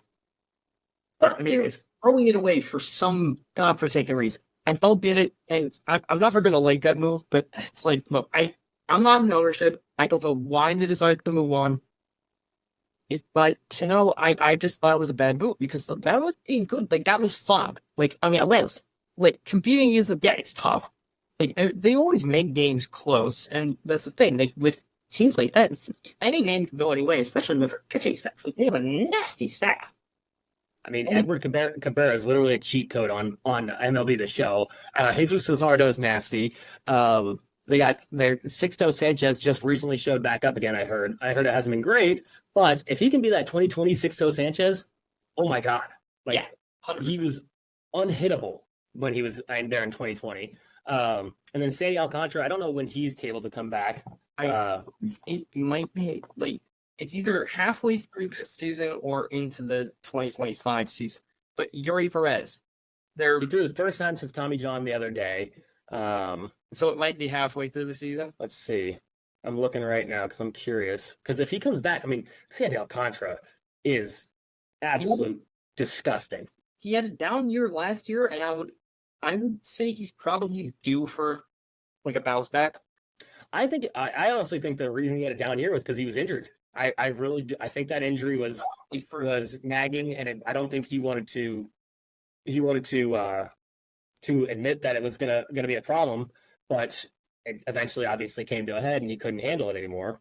Because he's one of those rare pitchers that wants to go 9 innings. I mean, that's not it doesn't happen. It doesn't happen all the time anymore. Like he's the guy who you give him the ball, it's looks like he's gonna be going for the rest of the game. Yeah, so You're right. Alcantara is not a candidate for the 2024 season. okay, so it's 2025. But like, yeah, that's gonna be a huge year for him. I think it'll be him and Yuri Perez at the top of the rotation in 2025, and it'll be very good. But it all depends how they build around it, because you can have a good staff, but if you don't get a good starting nine out there, it really isn't gonna matter how good your staff is if your infield and outfield can't catch routine pop outs or turn double plays or anything like that. Yeah, and I agree that like the firing of the GM for the Marlins last year, I think was just I shouldn't say last year, at the end of this year was bad, or I guess end of last year, whatever it is. Well, I think it was a bad look. I think it showed. I mean, it just showed that I don't know what direction they're heading because she got them to the playoffs for the first time in a regular season since what 2000. I want to say 2011, but I could be wrong there. I think it might even be the first time since they won the World Series. I think it was. I'm pretty sure it was that. Like 2003. It's 10 years. Which is crazy. It doesn't. Yeah, I think it is actually 2003 because I think it was the Florida Marlins. I'm almost positive. Yeah. Last time 20, yeah. So 2023, they made it in 2020, but come on, that made it. I made it. Exactly. And then the year before that, like you said, it was 2020 or 2003. So that's 20 years of no playoff berths. And then they show up this year, and when did she take over for the GM? I think she only took over like 2-3 years ago. I'm not mistaken. 2021 when she took over. Yeah, I think you're right. I think it was 2021. And if that's the case, it took her 2 years to get this team to the playoffs, which in 2021, nobody saw the Marlins making the playoffs. No, although they won in 2020, like nobody saw them making the playoffs. Yeah. And so she was clearly making the right moves, getting Luis Arias. I honestly don't even think the Tim Anderson thing for them. I don't think that's a bad move. No, I don't. Bad move either. Because they got him for a bit. They got him for a good price, and I will say, I would not be shocked if that infield defense is absolutely atrocious. You got a minus 13 outs above average guy last year. Everything who, and he did put up a rebound year, but your third baseman is Jake Berger. But it's like that's a kind of a spooky infield defense there. Yeah, I'm speaking into the outfield, especially if you're Braxton Garrett. That's probably a nightmare because that guy is a ground ball pitcher for sure. Yeah. And I mean, even Alcantara. I mean, yes, he's got strikeout stuff, but he's mostly two-seam slider. Or, I'm sorry, two-seam changeup, and that's. I mean, when he's still throwing 100 miles an hour, but yeah, it's like he's trying to break you out, but he prefers to hit the ball on the ground, and that's how he goes angry. Yeah, that's how he gives you 200 innings a year by giving you the quick outs, quick innings, getting. I mean, I think he's led. I think the year that, or since I know the year that he won the Cy Young, he led the league in complete games. And then the year before that, I think he also did. So I mean, that just shows he gets you deep into games, and I think that team. It's a weird mix. I mean, and I honestly, and it's like telling that you have ground ball pitchers, you had good infield defense, and then you lose. You get rid of the GM. You didn't lose the GM. You got rid of her, and they have now questionable infield defense with ground ball pitchers. It's like there's some kind of disconnect there, and for the life of me, I don't think I'll ever understand why they fired her. Yeah, and I think that's one thing that's a little weird with the like every team now switching to the offensive side of things with them. It's a little weird to me, like how every team is pretty much touting on base percentage. They're kind of going the opposite way. They got Luis Arias, who's not a big on base percentage guy. He's a huge batting average guy. They got Tim Anderson, who typically, I mean, last year was a huge downturn for him. Yeah. But other than that, he's almost always batting average first, on base percentage next. So it's almost like they're doing reverse Moneyball a little bit. Like It's because yeah, Luis Ariz and Tim Anderson, who are both definitely line drive hitters, like they'll get on, but it's technically only a single. And yeah. like, yeah, okay, contact offenses can work during the regular season. In the postseason, home runs are king. Everyone knows that. You got home to the other team, you're more likely gonna win. Yeah, I heard a statistic on there that it was like, I can't remember the exact statistic. I was listening to Baseball is Bad and they were talking about it. I think Jay Hay pulled up that it was like out of the last like 20 game or 20, 25 games or something like that, the team that out homered the other team won like 23 of those games. So it's like you said, home runs are king in the playoffs. But I will say there is a little bit against that. Like, for example, the Yankees for the last decade, and every time they made the playoffs, they were the team that is the home runner strikeout team. Sean Carlos Stanton, Aaron Judge, Josh Donaldson. Like they were just a home runner strike. Well, JD was a little later, but still, you get what I'm saying. That they were the king of home runner strikeout, and every year they made it to the playoffs, got knocked out first round. And I think that's part of it. When talking about on base percentage, you gotta go with yes, home runs huge. You gotta be patient, but you can't just be swinging at everything. You have to have some degree of patience. Yeah. And if you don't, you're essentially dooming yourself to failure at some point. Because if you're only going for home runs, yeah, you're gonna lose games when you don't hit home runs. Because you can't get anyone on if you're only guy that takes patient at bats is hitting Oracle lineup and everyone in front of him is striking out. If you get to right, no one's on base. He's on second base with 2 outs. And I personally think that like you need a little bit of everything on a team. I think you need a few batting average guys, you know, a lot of on base percentage guys, and then you need those sluggers. For example, your Phillies, who I'll say I hate talking about because it makes you happy. But I think like the Phillies, they got a good combination of that. They got Trey Turner, on base percentage guy, and batting average guy, and he's just everything. He's a guy. You got Kyle Schwarber, on base percentage or strikeout, or he's either on base, home run, strikeout. There's nothing in between. I mean, No, that's it. it's the most hilarious. He's the most hilarious player in my opinion. His stat line last year is one of my favorite things ever. Had more walks than singles. Probably. I think he did. I think you're 100% right. But I think the most hilarious stat for me about him was last year he had 197 with 47 home runs and a .6 WAR. A guy had 47 home runs and was literally less than one above replacement. Like, Yeah. And what? It's like 47 home runs should, like, you would think that would easily net to like 3-4 more. No, he was such a liability in the outfield, but like the fact that he finally did, like, he would have been worth negative WAR had he played less. how did he get MVP votes? He got 19th in MVP voting. I got nothing. That was I'm looking at it right. That blows my mind. Anyways, but like, so you said the walks to hits or walks to singles. Yeah. It wasn't just singles. 126 walks to 115 hits total. So yeah, hits. Home runs. How home runs? Yeah, almost half. Like literally, almost half of his hits were home runs last year. And of course, he led the entire all of MLB in strikeouts with 215. Shocker. No, I know. James State. I don't remember where I saw the stat, but I believe he's the only player in MLB history to finish with a batting average below 200 and hit 40 plus home runs. I think he's in. I saw that before as well. But yeah, when we were talking about, but like how I was saying, I think the Phillies are good representation of they have a little bit of everything. Nice inside, batting average guy, JT Realmuto, on base percentage guy, Trey Turner, a little bit of everything. Kyle Schwarber, on base percentage guy, Nicholas Castellanos, home runs, Bryce Harper, go. Like I can't put him under anything. Like he's just all of it. So yeah. But like I was like, so I think the best teams have a little bit of everything because I really do think that you go to the playoffs and those teams that are just home run or strikeouts, such as the Yankees, they go into the playoffs, they face that good pitching.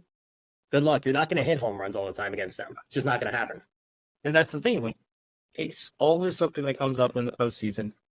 Great pitching will beat great hitting 90% of the time. It's just like, if your pitching staff is out of stuff, yes, you're going to get hurt in the playoffs. But, home runs help you get wins too. If home runs are your only thing, that's a lot of feast or famine. You're really praying you don't have famine in the postseason.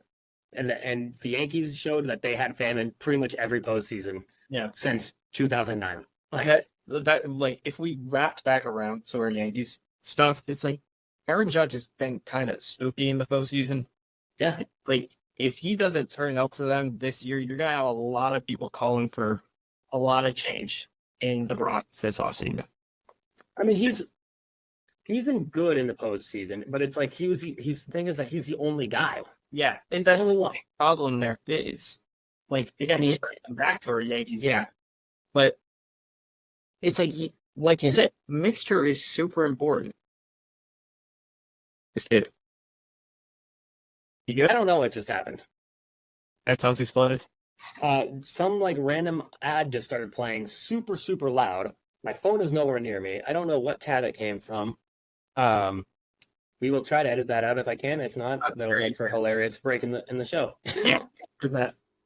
But yeah, anyways, since we circled back to the Yankees thing, I guess we can move on to like what we think MVP. And that's what I was thinking. I think this is a good time. This we've already ad nauseum went over everything in the league. Our news segment is going to be more informative than most of MLB Network. Yeah, we're just over here going ad nauseum, just going back and forth with our ADHD, trying to figure out where we're going with the next sentence. Yeah, so sure. Let's rein it in. Let's go back to NL MVP, AL. We're going to start off this segment. So now we're going to go into NL MVP, AL MVP, Cy Young's Rookie of the Year, Manager of the Years, NLCS projection or winners, or NLCS winners. We're not going to say matchups yet. Yeah. And then World Series champion, and how many games we think they'll do it here. So, and I don't know if I told you a little bit about this, Brennan, but I'm going to give you a little bit more out of sheer curiosity, and because I think it'd be fun to talk about I ran all of those predictions also by ChatGPT. I did not. I just kind of picked with what I thought was good. I ran it. No, I picked my own, but I'm saying I also ran it through ChatGPT. Oh, that's the updated version. No, the new version that is free still. So it's gonna be. There's some funny ones in there. There's some funny ones in there, but then there's also some pretty good ones. Like there's some ones where I actually kind of I went with it. I was like, okay, this is kind of cool. Gotcha. Yeah, I didn't follow. I don't think. Let's see. Did I pick any of their same picks? No, I don't. I didn't pick a single one of their picks. But I did. But I like all of them are pretty relevant. Like all of them could. Like they definitely could happen. Gotcha. Or could have. Yep. So since we won't do a primary like NL podcast, like we can cut this part out because we're trying to be saying that. Do you want to start with all the NL stuff and then go AL stuff after, or do you want to go AL and then go into NL and get like this more in depth with the NL stuff? I honestly think we should just go A or NL AL NL AL NL AL. I think preference that way. No, I think we just go NL AL. Gotcha. All right. Let's start it. Let's start it. So you're gonna love this pick. For my 2024 NL MVP, I'm picking with who I had last year for NL MVP, and I literally put a bet on this. And if he would have just done what he did in the WBC, he would have definitely done what he did in the last 2 months. He would have won MVP easily in the National League. And I'm going with Trey Turner. I think Trey Turner, he's got all the tools to do it. I think it's been a matter of time before he does it. And I think he's finally starting to get it. I think he went through a little lull starting with the Phillies, and I think it's hard to play in Philly, as you know, or as Alec Bohm has shown time. Oh, I don't play there. I don't. There's that fan base. Y'all are savages, and you guys will riot on the drop of a dime. I'm still waiting for the riots about the $1 hot dog night. Those are going to come soon. Oh, it'll happen. I think it probably happened in the first game. It's opening day, so it'll probably happen. Yeah, I give it a few months before there's a riot in Philly about no $1 hot dog night. Now, as much as I love that pick, and I was leaning that way, I was thinking about it, and I was also like thinking Bryce Harper, but I'm also like, okay, I can't be too much of a homer here. And I really think that it's gonna come down to like 3 players probably in each league. And if for my money, it's hard to bet against Otani this year. And this is probably the only one that's like super obvious. It's like it's gonna. I think the 2 guys that get the most votes are gonna be Otani, Acuna, and then it'll probably be like Turner Parker, like somewhere in that mix. But it's tough to say what Acuna is doing. He just had a 40-70 season. I wouldn't be shocked if he's on that same level again if he's healthy. Because I know the Braves were talking about how he had like some kind of MRI on his knee, I think, but that was like a couple weeks ago, and he's fine.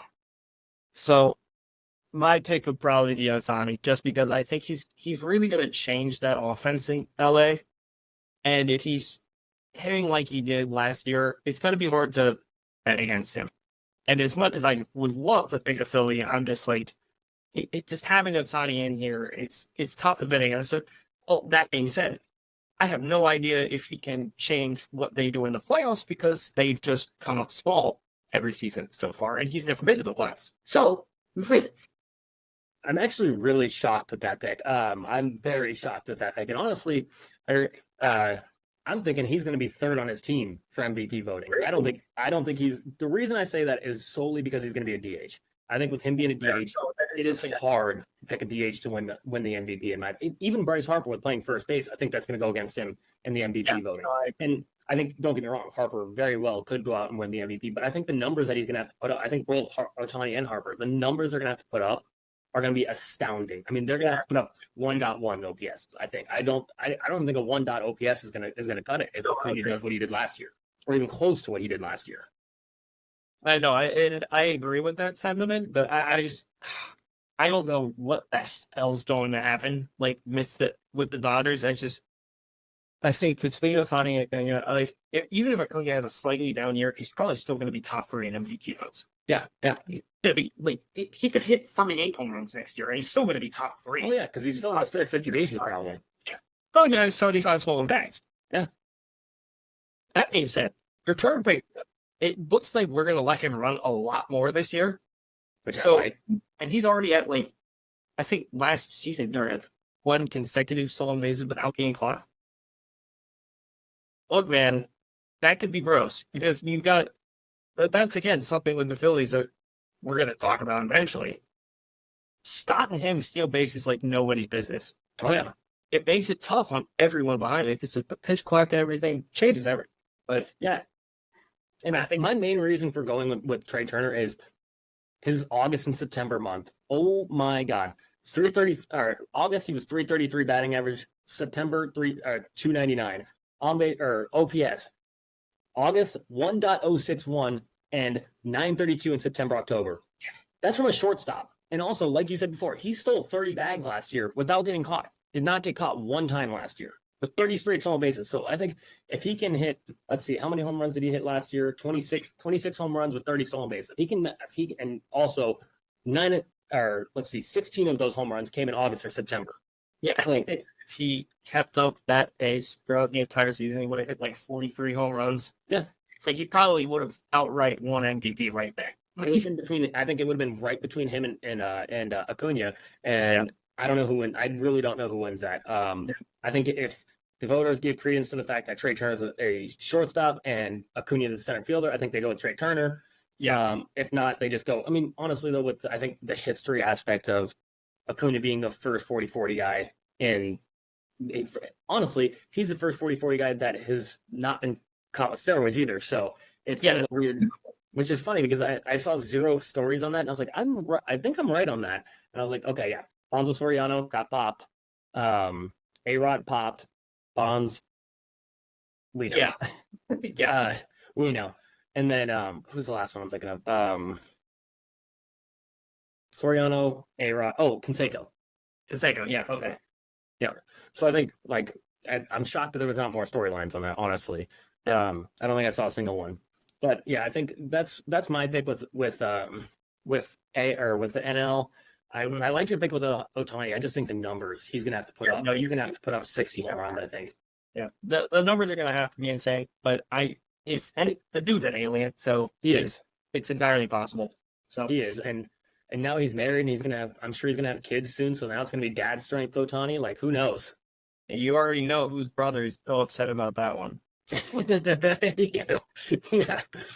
Ben Verlander's punching air when he saw that message. All right, let's move on to the American League. Actually, no. I'm sorry. We're gonna go back to the Chat GPT. Let's see what Chat GPT had to say about this. I like this pick. I do. Mookie Betts is who they have winning it. NL MVP. I could see it. I could easily see it. And honestly, like I said, when I said there's two guys that were going to be Otani on the list, It'll be correct this year. Trey and Betts. I mean, clearly they're going to put up numbers just like they did last year. And honestly, I think the only thing stopping them from possibly winning next year might be the fact that they're stealing votes from each other.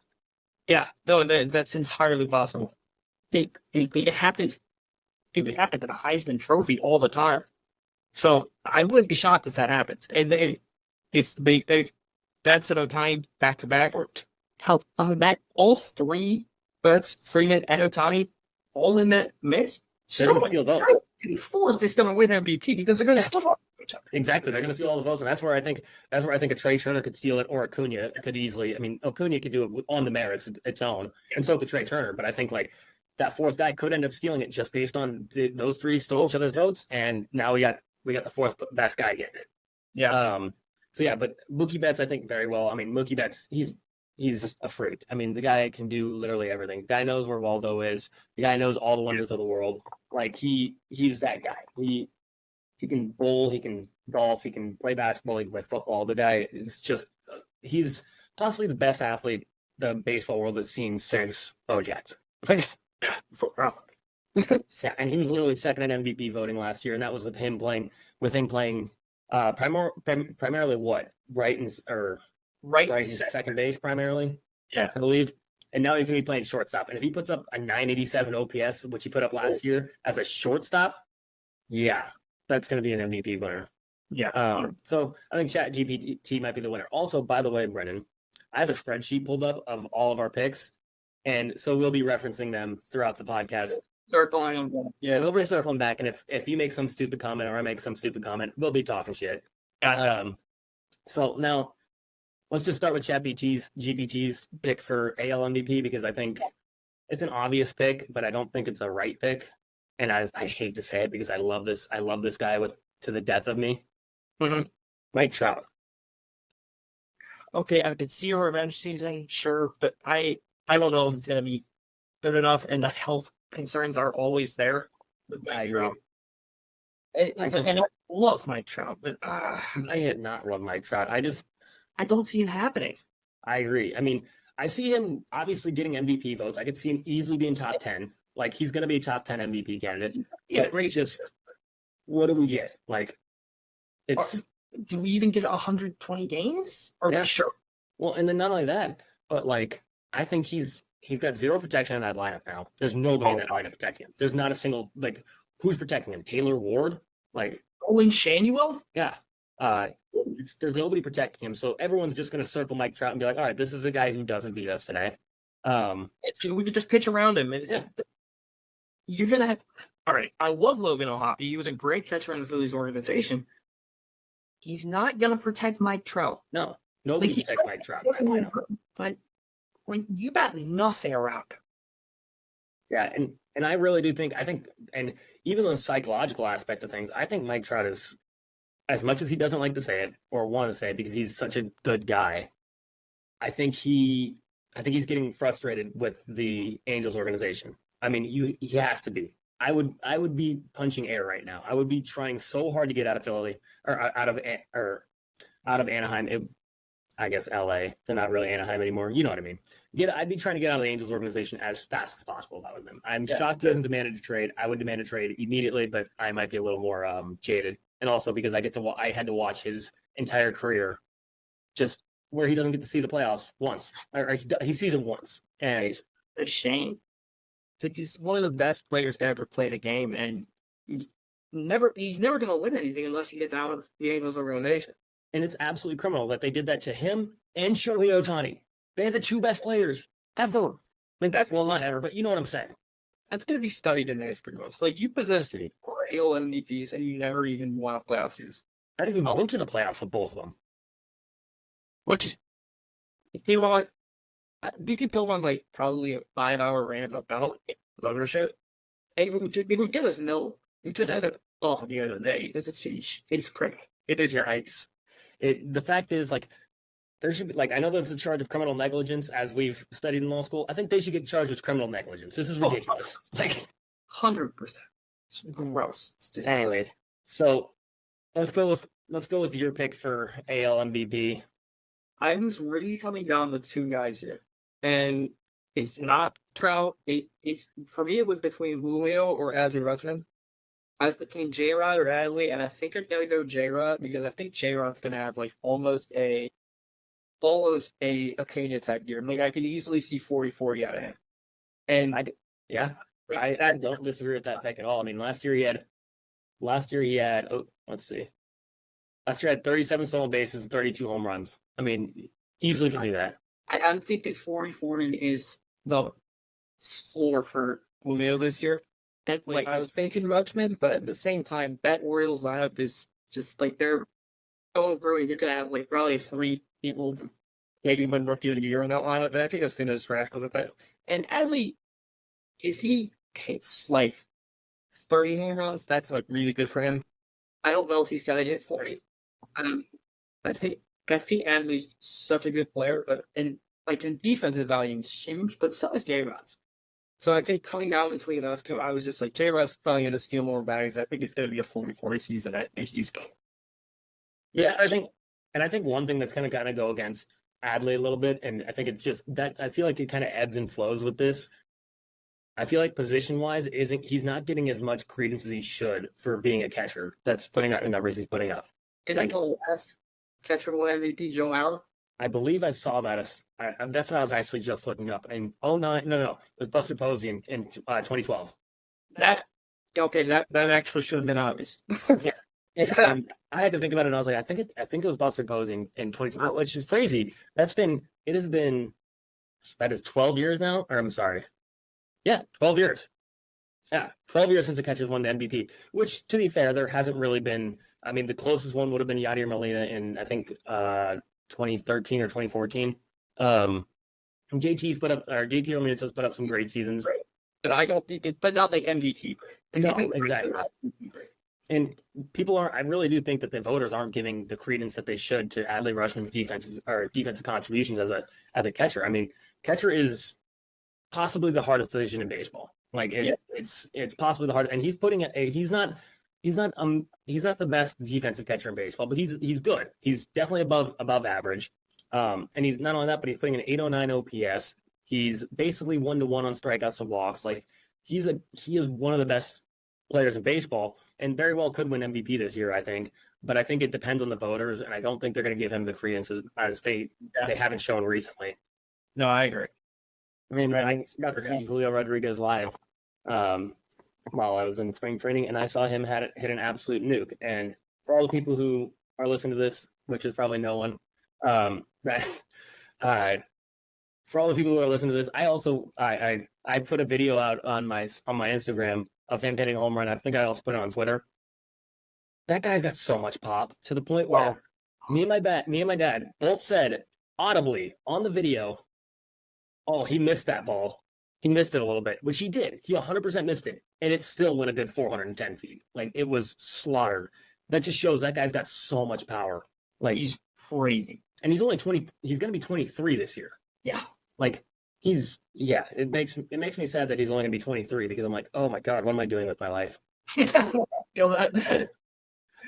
So I went with a little more obvious pick with my 2024 AL MVP. Do you want to take a guess? All right. I'm thinking you're going Yordan. No. Nope. Okay. Juan Soto. I'm going with Juan Soto winning the MVP this year. I think he puts up a monster season. I think he puts up 120 RBIs. I think he's going to put up 30 or 40 home runs at least. I think he's going to put up just a monster season. I think if he continues what he's done in this preseason and continues to be this guy, and I think him coming into a contract year is really going to push that. I think he's going to just put up a monster season. It's going to be. It's been due for a while. I mean, we forget how young he is. He's going to be 25 this year. He's still younger than O'Neal Cruz. He's younger than Google. Like, I'm not even joking. He's literally younger than Google. I saw another statistic today. He's younger than Netflix. Like, Jesus. Yeah, it's insane. Like, he's insanely young. And I think that this year is where it comes together. I think, and to say comes together is kind of crazy to say because 2020, 1.185 OPS, 2019, 949 OPS, 2021, 999 OPS. Like, his worst season, he had an 853 OPS and won a Silver Slugger.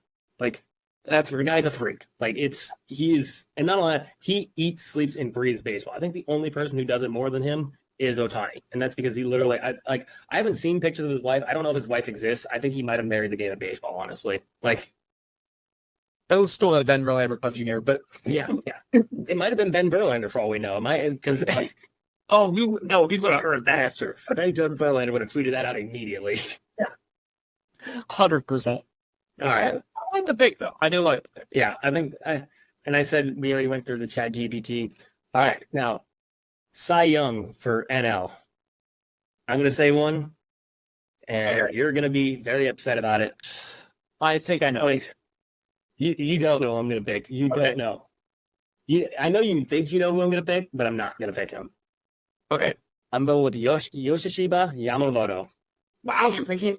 All right, so then I already know who your rookie of the year has to be. Yeah, you know what I'm saying? No, I think he's going to win Cy Young, but someone else is going to outdo him for rookie of the year. No, I'm just kidding. Yeah, I think so. I saw his stuff, and this is a bold pick. This is definitely a bold pick, Cotton. But I think he's got the stuff. His splitter's nasty. The curveball's nasty. Curveball, slider, whatever it is, it's nasty. I think that the seasons that he's put up in Japan, 1.42 or 1.16 ERA last year. Year before that, 1.68. Year before that, 1.39.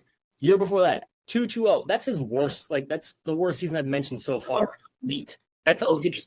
It's absolutely elite. And then not only that, but he's also got the innings pitched with it. 193 innings pitched, 2023, 171 innings pitched. The guy is good. Like, it not only good, nasty. And when I saw him pitch against the Rangers, I saw him make Marcus Semien look like it was a tough at bat. I saw him make Josh Young look like it was a tough at bat. He's a guy. Like, he's going to be, I really do think he's going to burst onto the scene this year. And, like, everyone was freaking out because I think his last start, he gave up, like, 6 hits. I went back and looked because I was like, oh, man, maybe I need to change his pick. 5 of those hits were dribblers. They were just, they were barely hits. Yeah, they were hits, but they were sawed off. They didn't really get much behind it. It was just one of those outings where it's like, oh, unfortunately, these fell. And that could also play into it. You got the Dodgers infield defense. That is true. Dodgers infield defense, a lot of question marks behind it, but I think the strikeout numbers are going to be there for Shiba Yamamoto. That he's going to be all right with that. I mean, last year, 176 innings or 176 strikeouts. Year before that, 205. Year before that, 206. He's got the strikeout stuff to where I think even with a terrible infield defense, I think he'll still put up the numbers to win Cy Young this year. And it's a bold pick, but we'll see. No, it's a good pick, though. He clearly looks like he's got the stuff for that. My pick, I was leaning one way. I was actually leaning against a guy I hate. I was thinking Strider. It doesn't purple. However, I'm actually, for a similar reason, I was picking Strider. I'm going to pick Zach Wheeler. And reason being, Zach Wheeler now has a splitter. And it's all die. It's nasty. It's nasty. So, he did an interview about it. So the guy now has 6 pitches. So he's got a 4-seamer, the 2-seamer, the curveball, his high 90s slider, his mid 80s sweeper, and now he has a splitter. And you've got similar shape on both the slider and the sweeper, but the velocity is so different that it looks like a completely different pitch. So that's why I'm picking Wheeler. I think he finally gets his elusive Cy Young because he's been good, but never quite Cy Young good enough. And I think he gets it this year. I I'm just kidding. No, I like that pick. I really do like that pick. I'm actually for some reason I thought he won a Cy Young, but he got second in 2021. Yeah. Which I believe he got. In my opinion, I think he got robbed on that one. I'm gonna look because I'm curious. Burns won it that year. It was Burns that won it that year, and yep, I think he got robbed. I remember that. I remember that year because I thought the whole time he got robbed because he had almost 50 more innings pitched than Burns. Similar ERA, 2.43 to 2.78.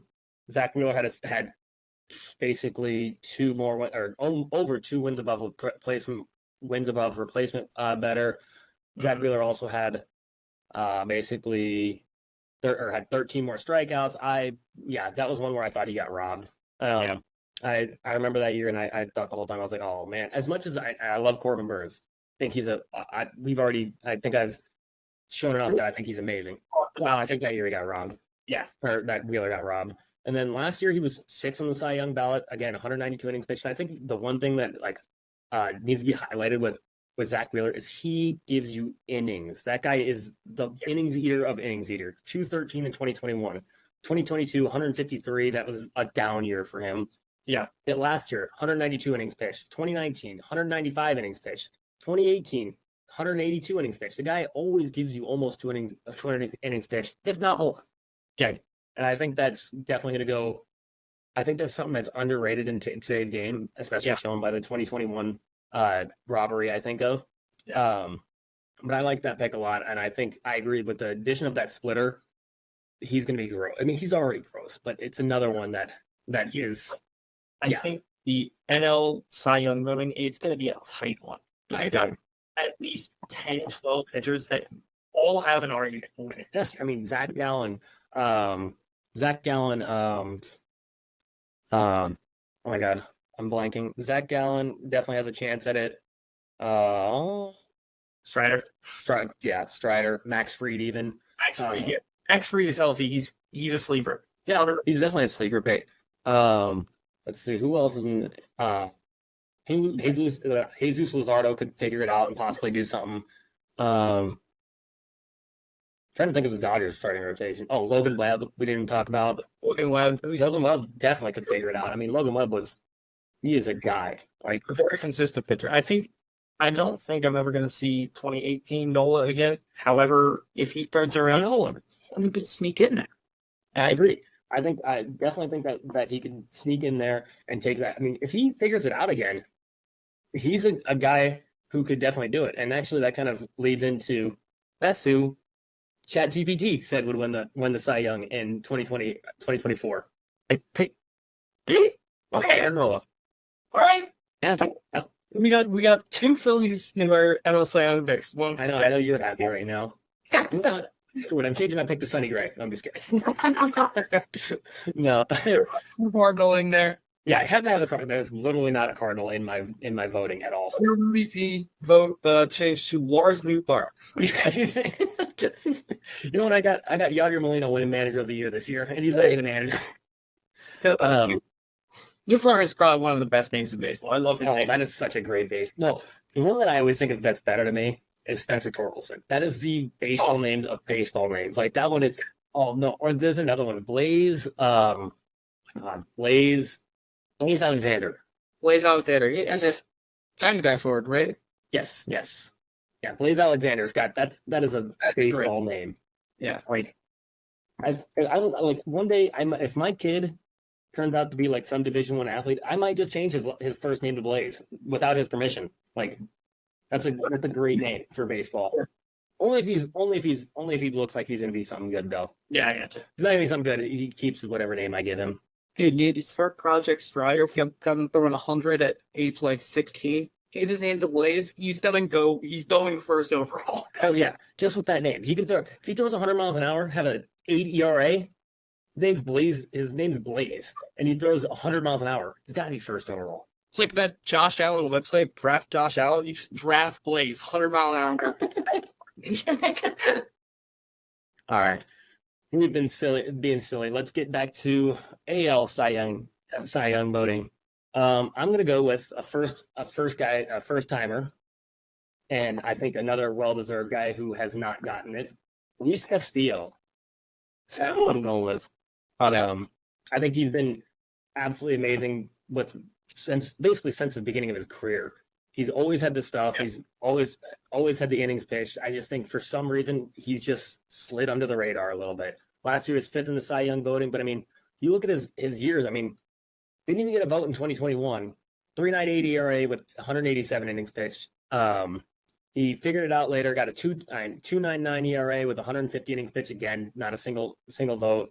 I think he's due. I think he's due, and also I think with him being in a ballpark like Seattle, his numbers are just going to get even better. Last year, he made all 33 starts, 197 innings pitched, 3.34 ERA, and also 219 strikeouts. I think he figures it out this year. I think he gets his first Cy Young. I don't know if he'll ever get another one, but I think next year he's getting his first. So I know a couple. I was reading the AL pitching deck here. I really came down between two guys. And I'm actually a big Castillo's teammate, George Kirby. Really? George Kirby. I think he's going to have another fantastic year. He improved from 2022, where he had a 3.39 ERA. He had a 3.35 this year, but 190 innings pitched, 172 strikeouts, and a 1.04 whip. And this guy has a ridiculous strikeout to walk ratio. I think it was 9-1. And for every guy he walks, he struck out 9. The guy hates walking. And I think that's big, especially in a park like Seattle. I mean, Seattle's known for, not known for, it's a pitcher-friendly park. It's a deep field. The air is thick there. I think it's not a bad, I don't think that's a bad pick by any means. The other guy was in between. I was between Kirby and Skubal. I think Skubal's got a really good chance. I bet on him. I actually did bet on him because he's plus 1,200 right now, and his fastball is so good. It's electric. Absolutely electric. And Tarek Skubal, I was falling down that rabbit hole as well when I was doing some research for this. He started figuring it out last year. It kind of looked like he was going to be a guy who wasn't ever going to figure it out, but last year he started to figure it out. In his last, let's see, I'm going through his splits. Second half of the season, or first half of the season, he had a. What the heck? Did I go down the wrong guy? No, that's right. His second half of the season was absolutely dynamite. He was completely unhittable. Okay, it's not giving me, for some reason, it's not giving me ERA. But regardless, batting average against last year's second half was 2.10. Batting average against for the first half, which I believe he was hurt for the first half, was a 0.08. Guys cannot hit he's got electric stuff that's just tough to hit. Yeah. Look at this. I think it's all red. It is. It's all red. And last year he had a 2.80 ERA with a 0.896 whip. Yeah, that's electric. I understand he only had 15 games started, but if that shows anything, it's that if he's coming back and he's going to be a problem next year. He's definitely a stud. He only had 80 innings pitched, but not only that, but his his FIP last year was lower than his ERA. He had a 2.80 ERA, like I said, but a 2.00 FIP. Guys, he's got stuff. Yeah, and that's why I've already placed a bet on him because I think that it's something that could take advice.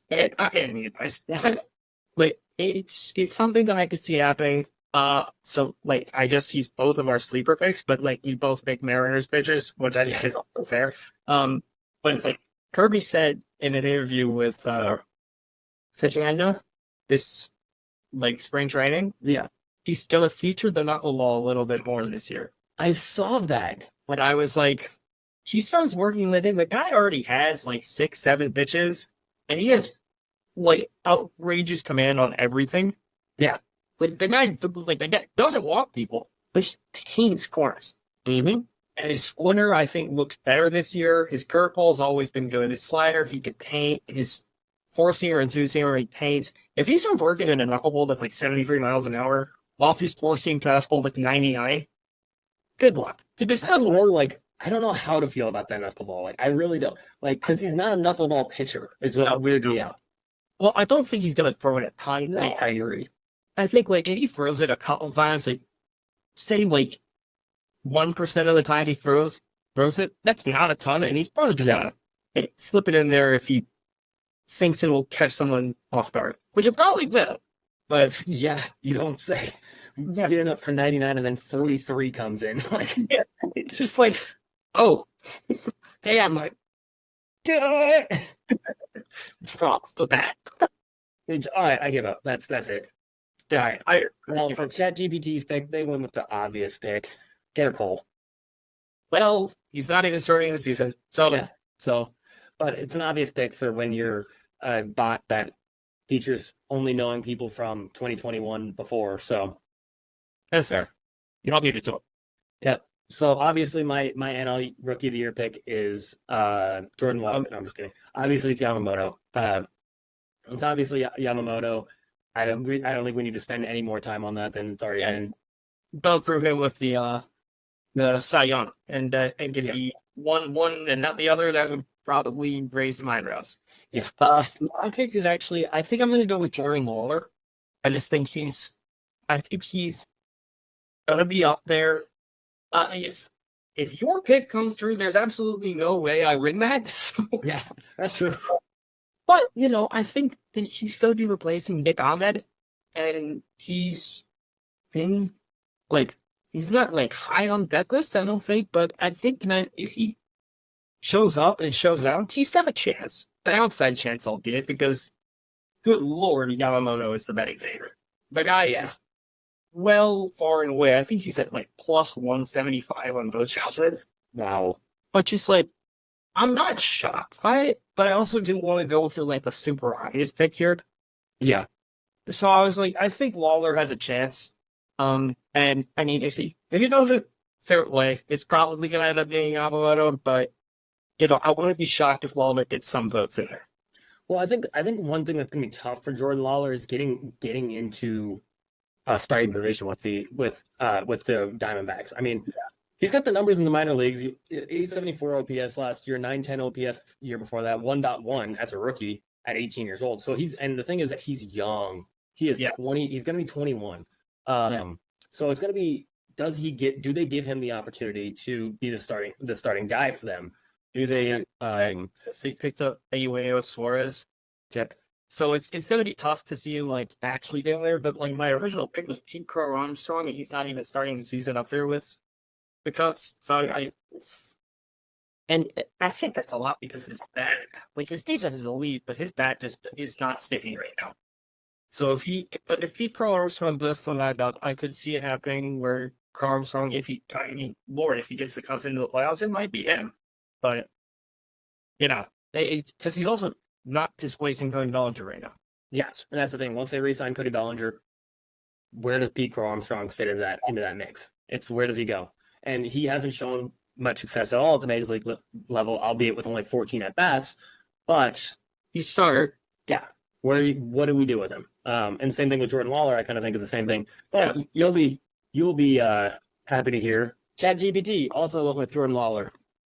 There we go. There we go. GPT can give you any hope. It's that. Yeah. All right, moving on to AL MVP, and mine was not a outside pick, but I'll say it's not the favorite.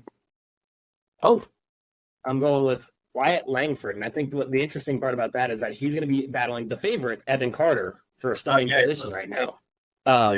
Why I have a different guy. Yeah. I mean, Evan Carter burst onto the scene. I think he's going to be obviously a guy. But if you look at the numbers that Wyatt Langford's been nasty. Nasty is an understatement. Spring training, he's got a 1.300 OPS with 29 at bat. He's got 4 home runs, 10 RBIs. The guy is got some pop with that bat. I mean, last year among four different minor league teams, 1.157 OPS. The guy hits. The guy rates. Yeah.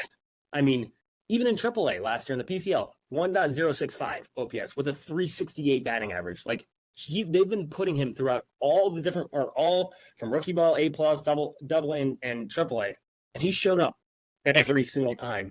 And I think the hardest part for him is going to be breaking camp and getting that starting position, because I think that Rangers outfield, it's stacked. I mean, right now they have Adolis Garcia, Evan Carter, and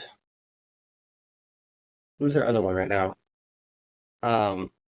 that was what was straying me away from him originally. But I just thought when I saw those numbers, it's like he's got to. I mean, if their starting outfield includes all three of Evan Carter, Anthony Streznia, and Wyatt Winker, I wouldn't be shocked. I wouldn't be shocked either. But there was one other guy, and I'm blanking on who it was right now, and I'm pulling it up right now because it was annoying me.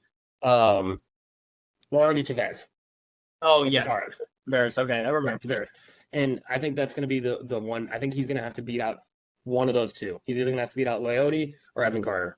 And I think he could beat either of them. I do think he could beat either of them. I think he does break camp with the major league team because there's no he's keeping down in rotting in AAA because Tavares has been on and off that.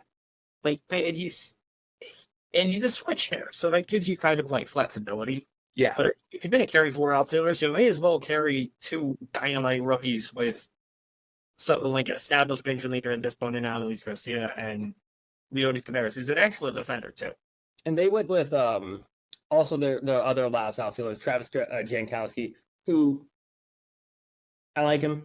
I don't think he's going to – I think it's better. I honestly, if I was running a team, I'd rather have Wyatt Langford getting in the major leagues, getting some at-bats in there.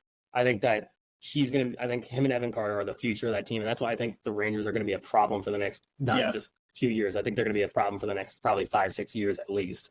If they continue, I mean, the only thing that they have is like the old pitching staff might be a problem, but if they can just continue to buy pitchers, I think they'll be just fine moving forward. Yeah. So my rookie of the year picks, Jackson Holiday. I like it. That's what I wanted to go with, but I didn't want to be obvious. I think he breaks camp with the Orioles. I think he ends up being their starting shortstop. I think that they slide the boy Gunnar Henderson over to third. And I think that infield is going to be a problem for the AL. We're going to have Ryan Mountcastle, Jordan Westberg, Jackson Holiday, and Gunnar Henderson all across the anthem. That is going to be disgusting. See, I love that pick for a solely different reason. I like that pick because I think the Orioles are just full. It's basically at least 5 guys that look exactly like me. Like they're just long hair, like they're blue-eyed white boys. Like they just produce them actually in the factory right behind him. It's literally like I wish I would have got like I wish that like in another life I wish I would have talked to the Orioles because I feel like you know what I should probably send an email to the Orioles to see if they need positions because I like that hire people that look just like me. Like they just see me and they're like, hey, you fit the description of what we want in this team. Like what do you mean? Like my astounding walker? They're like no. The hair and the eyes. That's it. There we go. That like that. Yeah, I love. I mean, you can't go wrong with the Jackson Holiday pick. I mean, yeah, he's shown that he's gonna. I mean, the only question mark that he's had in his career was last year in AAA. Hit a 796 OPS, which is not bad by any means. It's not bad at all. But like over the entire year, he had a 941 OPS. He's been absolutely just destroying this year in spring training. 31 at bats, 323 batting average, 957 OPS. The guy's like I think for sure if he breaks camp, makes the team, and does exactly. I don't think that's to be a bad pick at all. Yeah, I think I wanted to go with him as well, but I was like, like it's the cop out, which I obviously went with the cop out for Rookie of the Year, but I made a bold prediction by saying that Yamamoto's going to win Cy Young. That's a bold one for sure. So ChatGPT went with Jason Dominguez to win Rookie of the Year, which I don't love that. Yeah, no, I think that was a bold strategy, Cotton, which I think that also has to do with just the fact that it's little dated technology. I mean, last year he did have a 980 OPS with the club last year. Yeah. But he only got 31. Why did they not continue to play him? Did he get hurt? Did he get hurt? Yeah, he's hurt. He's hurt to be in the year. He like tweaked his back or something like near the end of the I know he's hurt to begin the year. So keep a guy with a 980 OPS off the major league. Yeah, especially when he's young and they don't have a lot of young guys on that team. They got to get younger in New York. Yeah, I know from a team. I know being a fan of the team that has the oldest everything.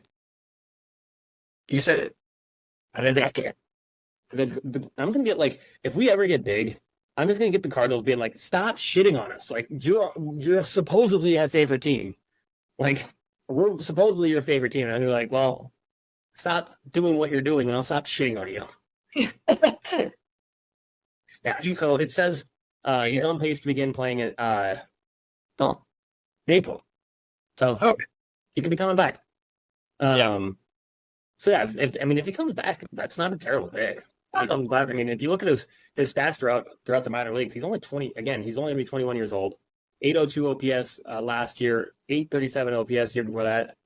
That's not. And as a center fielder, I can do it. I can do it for me. And especially that means they would put him in center field, move Soto or have Soto on left, and put Judge back and right. That's a good option.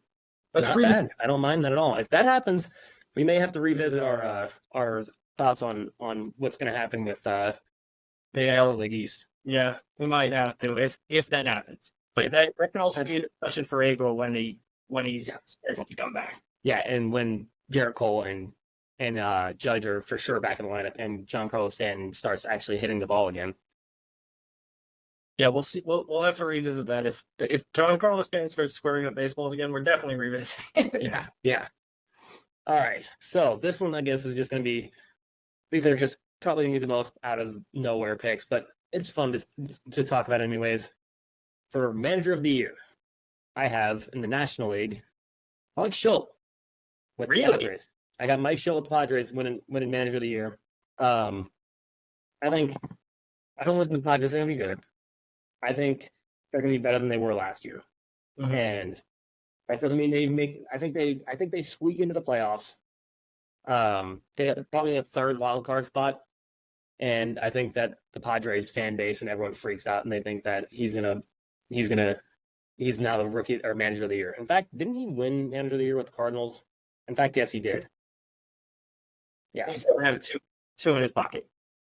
Yeah, so he'll have two, which I still think is crazy because honestly, the year that he won manager of the year, I didn't like. Jesus, the Cardinals are just going to be like, why? We're just catching strays. It's like, are you sure you're a Cardinals fan? Yeah, they're going to be just upset that they're just catching strays from me. Sorry, guys, I'm just upset. You guys have upset me by not getting more pitching. You gave me the oldest rotation in all of baseball, and you expect me to have hope. Yeah. So my pick is in the same division. I'm thinking Craig Counsell. I think he's with the Cubs. I think he's going to probably end up doing some big things there. It's going to make the Brewers look really bad. Yeah. I can't be shocked at that development. So I'm just sticking with Craig Counsell. I was thinking, hey, all right. Hey, the Dodgers more than the Cubs. That is true. But I think Craig Counsell's gonna make a run for it. And I think the Cubs will be pretty good this year. I didn't like the Shoto and not pick up. So I think the pitching staff's gonna be better. Probably Oakland get in the playoffs. I'm not sure. Again, that division's wide open. But I just do not see the Brewers. I think the Brewers are gonna regret a lot of the moves they recently. So. Sure, yeah. I mean, the reason I hate that pick is not because of the pick of Craig Counsell. I love Craig Counsell. I think he's one of the best managers. And I hate about that is that gives me a big time preview until when we get to the wild card predictions. It's that thing of the division. And now I'm getting upset. I know what happened. Yeah, no, I don't think that's a bad pick at all. I mean, Craig Counsell is one of the best managers in baseball, $1 million man, $40 million man. I mean, he's gonna do what he does. Now for ChatGPT, they said a very safe pick with Bob Melvin. That's a safe pick. That's a safe pick. I don't think it's a bad pick either. I mean, he could definitely do with the Giants do what they can do, and they can sneak into the playoffs. I'm sure that could be a thing. They had a sneaky good offseason. So they did. They had a sneaky good offseason, picking up Matt Chapman, Jordan Hicks. I think it's just going to be. And also, Bob Melvin is. That's why I don't understand why the Padres got rid of Bob Melvin. He's been one of the best managers in baseball. When he was with the A's, he won what? How many did he win? Two manager of the years or one? Three. Three-time manager of the year, 07, 2012, and 2018. Like the guy, he's a great manager. I do not understand the moving of Bob Melvin. Yeah. But I think that they like to do a little bit of shopping around with that manager of the year award, and I think that that's why they're going to get it to Mike Schultz, in my opinion. But we'll see. That's understandable. I think, and I saw a stat today that if Jackson Merrill breaks camp with the Padres, they could field shortstop at every single position except for catcher. That's insane. That's absurd. All right, so for AL, we got Bruce Bochy. The Boch. Yeah, I got Bruce Bochy going. He won it last year, correct? Brandon Hyde won it last year. No, you're right. Brandon Hyde. Bruce Bochy. I would think Bruce Bochy. I'm thinking Brandon Hyde this year, actually. Really? Brandon Hyde? I think he's going to go back to back for slightly different mission. What would you go for reason this time? So already, like I said, last year was like he stuck around throughout the lengthy rebuilding phase for the Baltimore Orioles. This year, I think it's because the Orioles are like incredibly dominant, and I think they get the #1 overall seed in the AL. Like, I just think they just come out flying and they never look back. Especially with the addition of Burns, I think they just fly through the AL. And I think that it's like just constantly the consistent improvement that Hine has shown as a manager. It should warrant it. He might not win it. It might be Bruce Bochy anyway. But I just think Hine's gonna. I think that the Orioles are gonna not really. It's not gonna be a surprise to us people. I don't think by how good they're gonna be. I just think how good they're gonna be is unwarranted. So makes sense. I mean, I just think for me personally, when it comes to especially manager of the year, it seems like they never go back to that. Like even if it's warranted, never do it.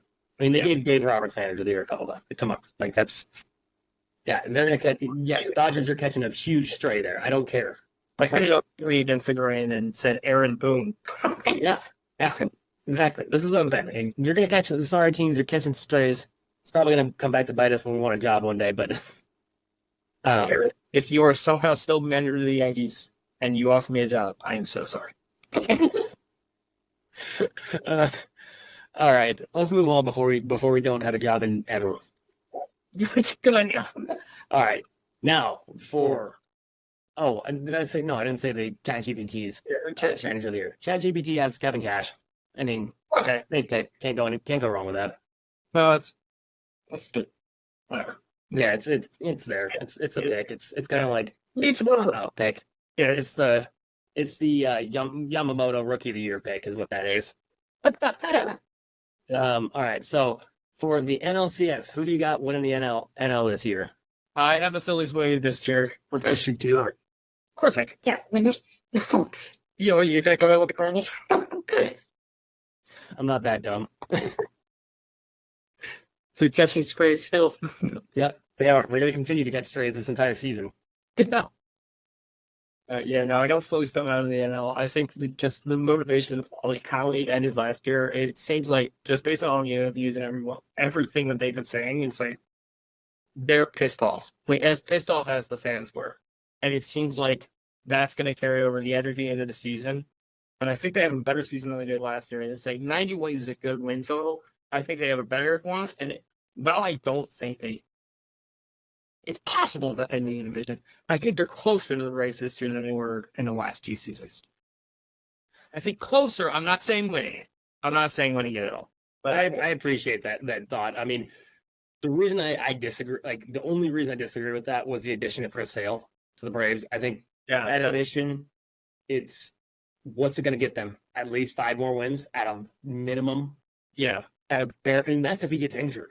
If he stays healthy all year, we could be looking at the Braves that are just absolutely dominant this year.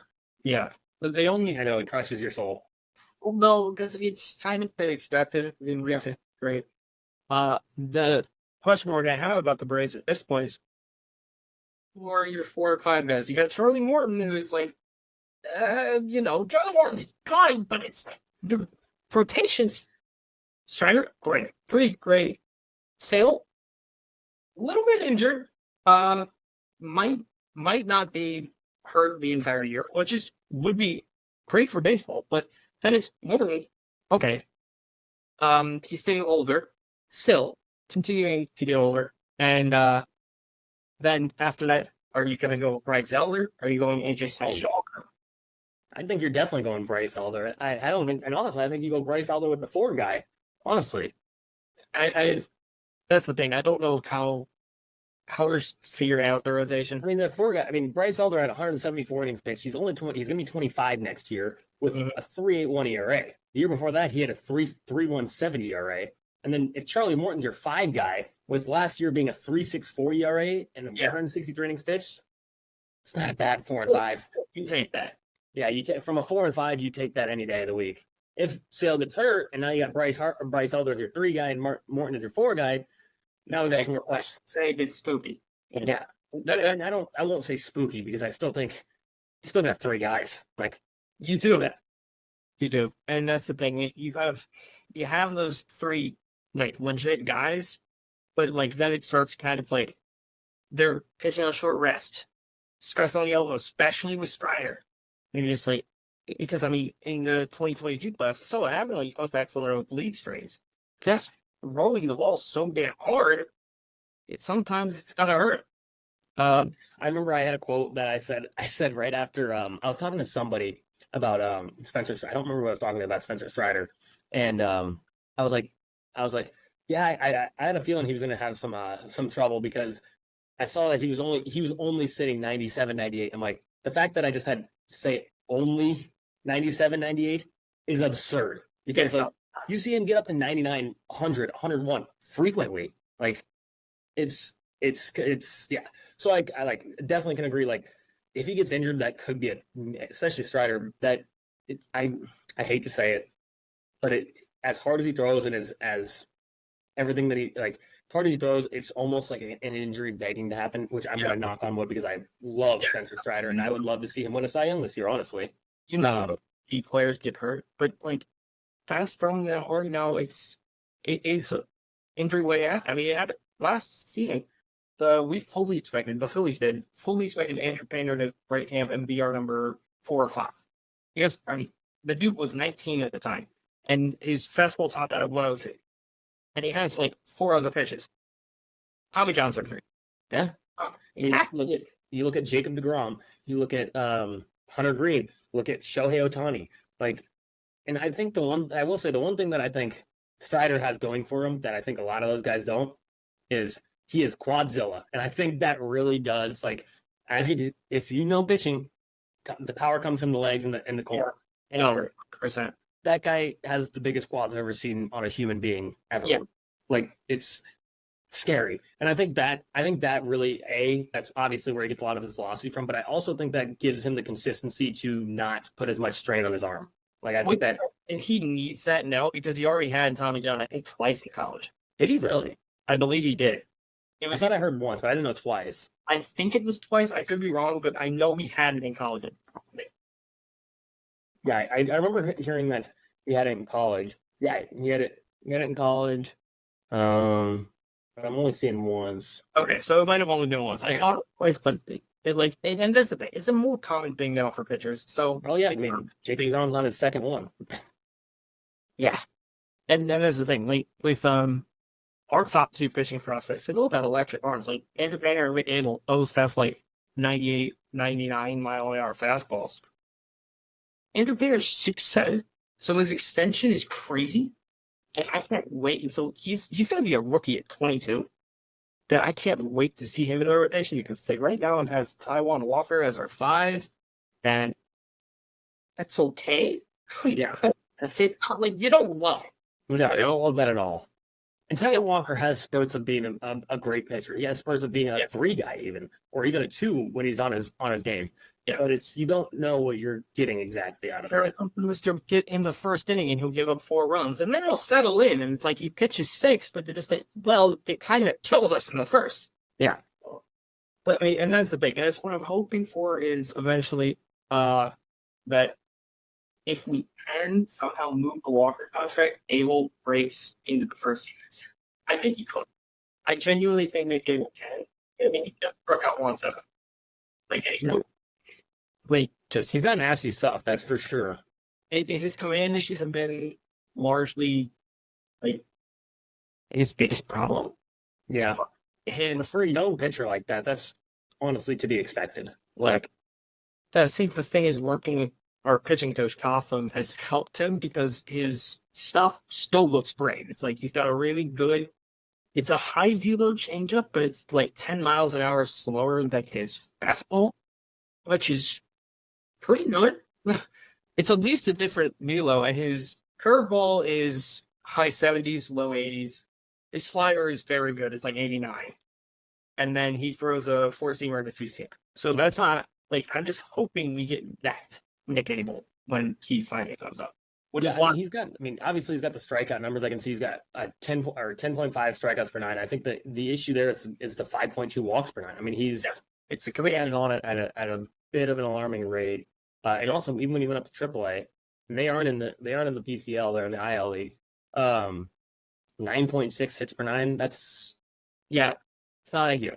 And issues are definitely the one thing that they said that they're trying to focus on in his spring training, because it's like his command has just been, all over the place. So they're trying to get like the walks down and the hits. Like he can miss bats, but he just has to kick his spots better. Yeah. So I think that could be definitely a thing. So now I have to go back to the ALCS or NLCS picks. I think you know who I'm going with to win the NLCS. I might. I'm between two teams right now. It's pretty slow. I process that. You know who it is. You think they're finally going to do it? The Braves? They haven't done it in 2 years. 2 years is now your cutoff? 2 years your cutoff for a bad team? Right now, it's my cutoff. That's a rough cutoff. I beat them 2 years in a row. I could do it again. 2 years is a rough cutoff. If I said that about the Cardinals, dear God, I would feel like this is the misery right now. I would be, oh my God. Well, I mean, how's your cutoff? Oh, it's not my actual cutoff. But I think it's just they've been getting to the division series and then they've still, like, blank stickers yelling into the. My old man yells at clouds about the playoffs. Just win it. Like, yeah, I mean, I get that, but I think that they were. And they were the best team in baseball last year. Oh, absolutely. Like, absolutely the best team in baseball. And they got better. Yeah. You can't say they didn't get better. I mean, they added Chris Sale. Like, and I think that addition, and I think the one thing that they were running into with issues last year was the depth of that starting rotation. That once they got into the playoffs, it became Nola versus Strider, Wheeler versus Strider. And then it was Fried versus Nola, and both those I think are always coin flips. I mean, I think those are so like you can really kind of coin flip those ones. Yeah, I think you're going coin flips there, and then from there on, for some reason, Ranger Suarez just shows up in the playoffs. That guy, the only lefty the Braves don't hit. Yeah, and he's not like I'm not knocking him at all, but he's not that like in the regular season. He's not that guy. No. And that's the thing. Like, he was hurt all last. He's looked great this spring training. He's let to allow a run. So he's been very good this spring training. And if he's healthy, I think he's better because he's a pretty good 3. Yeah, he's not dominant. No, that's no. The thing. Like, I think he's a good. Yeah, I think I'd say you're solid on saying he's a good 3. Yeah, he's a good 3. He's not an elite 3. He's a good 3. And it's weird because he's got some time. I mean, last year he had a 4.18 ERA, which is not great. The year before that, 3.65. That's not bad. That's a solid 3. He's been a solid 3 days. He's more of a ground ball pitcher than a strikeout guy. His velo is mostly tapered to. I think that's low in the zone, not high at strikeouts. And I think that if he's healthy all year, he can be a good 3. I think he'd probably be in around the 3.5, 3.6 ERA range again. No, I think that's about right. But like you said, when it came to, and then they were going, who did they go in the third game last year versus the Phillies? And it was first game that I can see, but he was Bryce Elder. Yeah, that's what I thought. And Bryce Elder struggled if I remember correctly. Got tagged for 4 in the third, and he brought in Michael Tonkin, who didn't go. Elder came in. Yeah, Elder got the loss. Oh wait. Oh no. It was Elder versus Nola because you guys played the wild card games. Oh, right now, because Suarez pitched game 1 in Atlanta. Yes, it was. You're right. It was. Yeah, and Bryce Elder got tagged for in 2.2 innings pitched. He got tagged for 6 earned runs. Yeah, because he allowed, I believe, the 2 guys to get on base when Realmuto hit the double. Yep. So Yeah, that's exactly right. Yeah. And Marsh on base. Yeah, and it was game 1 was Strider versus Suarez. Yeah, Suarez. And actually Strider lost that game. Strider got the loss because he He gave up like 2 runs, didn't he? I do think he was responsible for all 3. I don't know. Let's look. Or one of them might have been an error. I think he might have only been tagged for 2. I'm looking right now. Why is he not on here? Probably because I'm not looking at the right game. He gave up.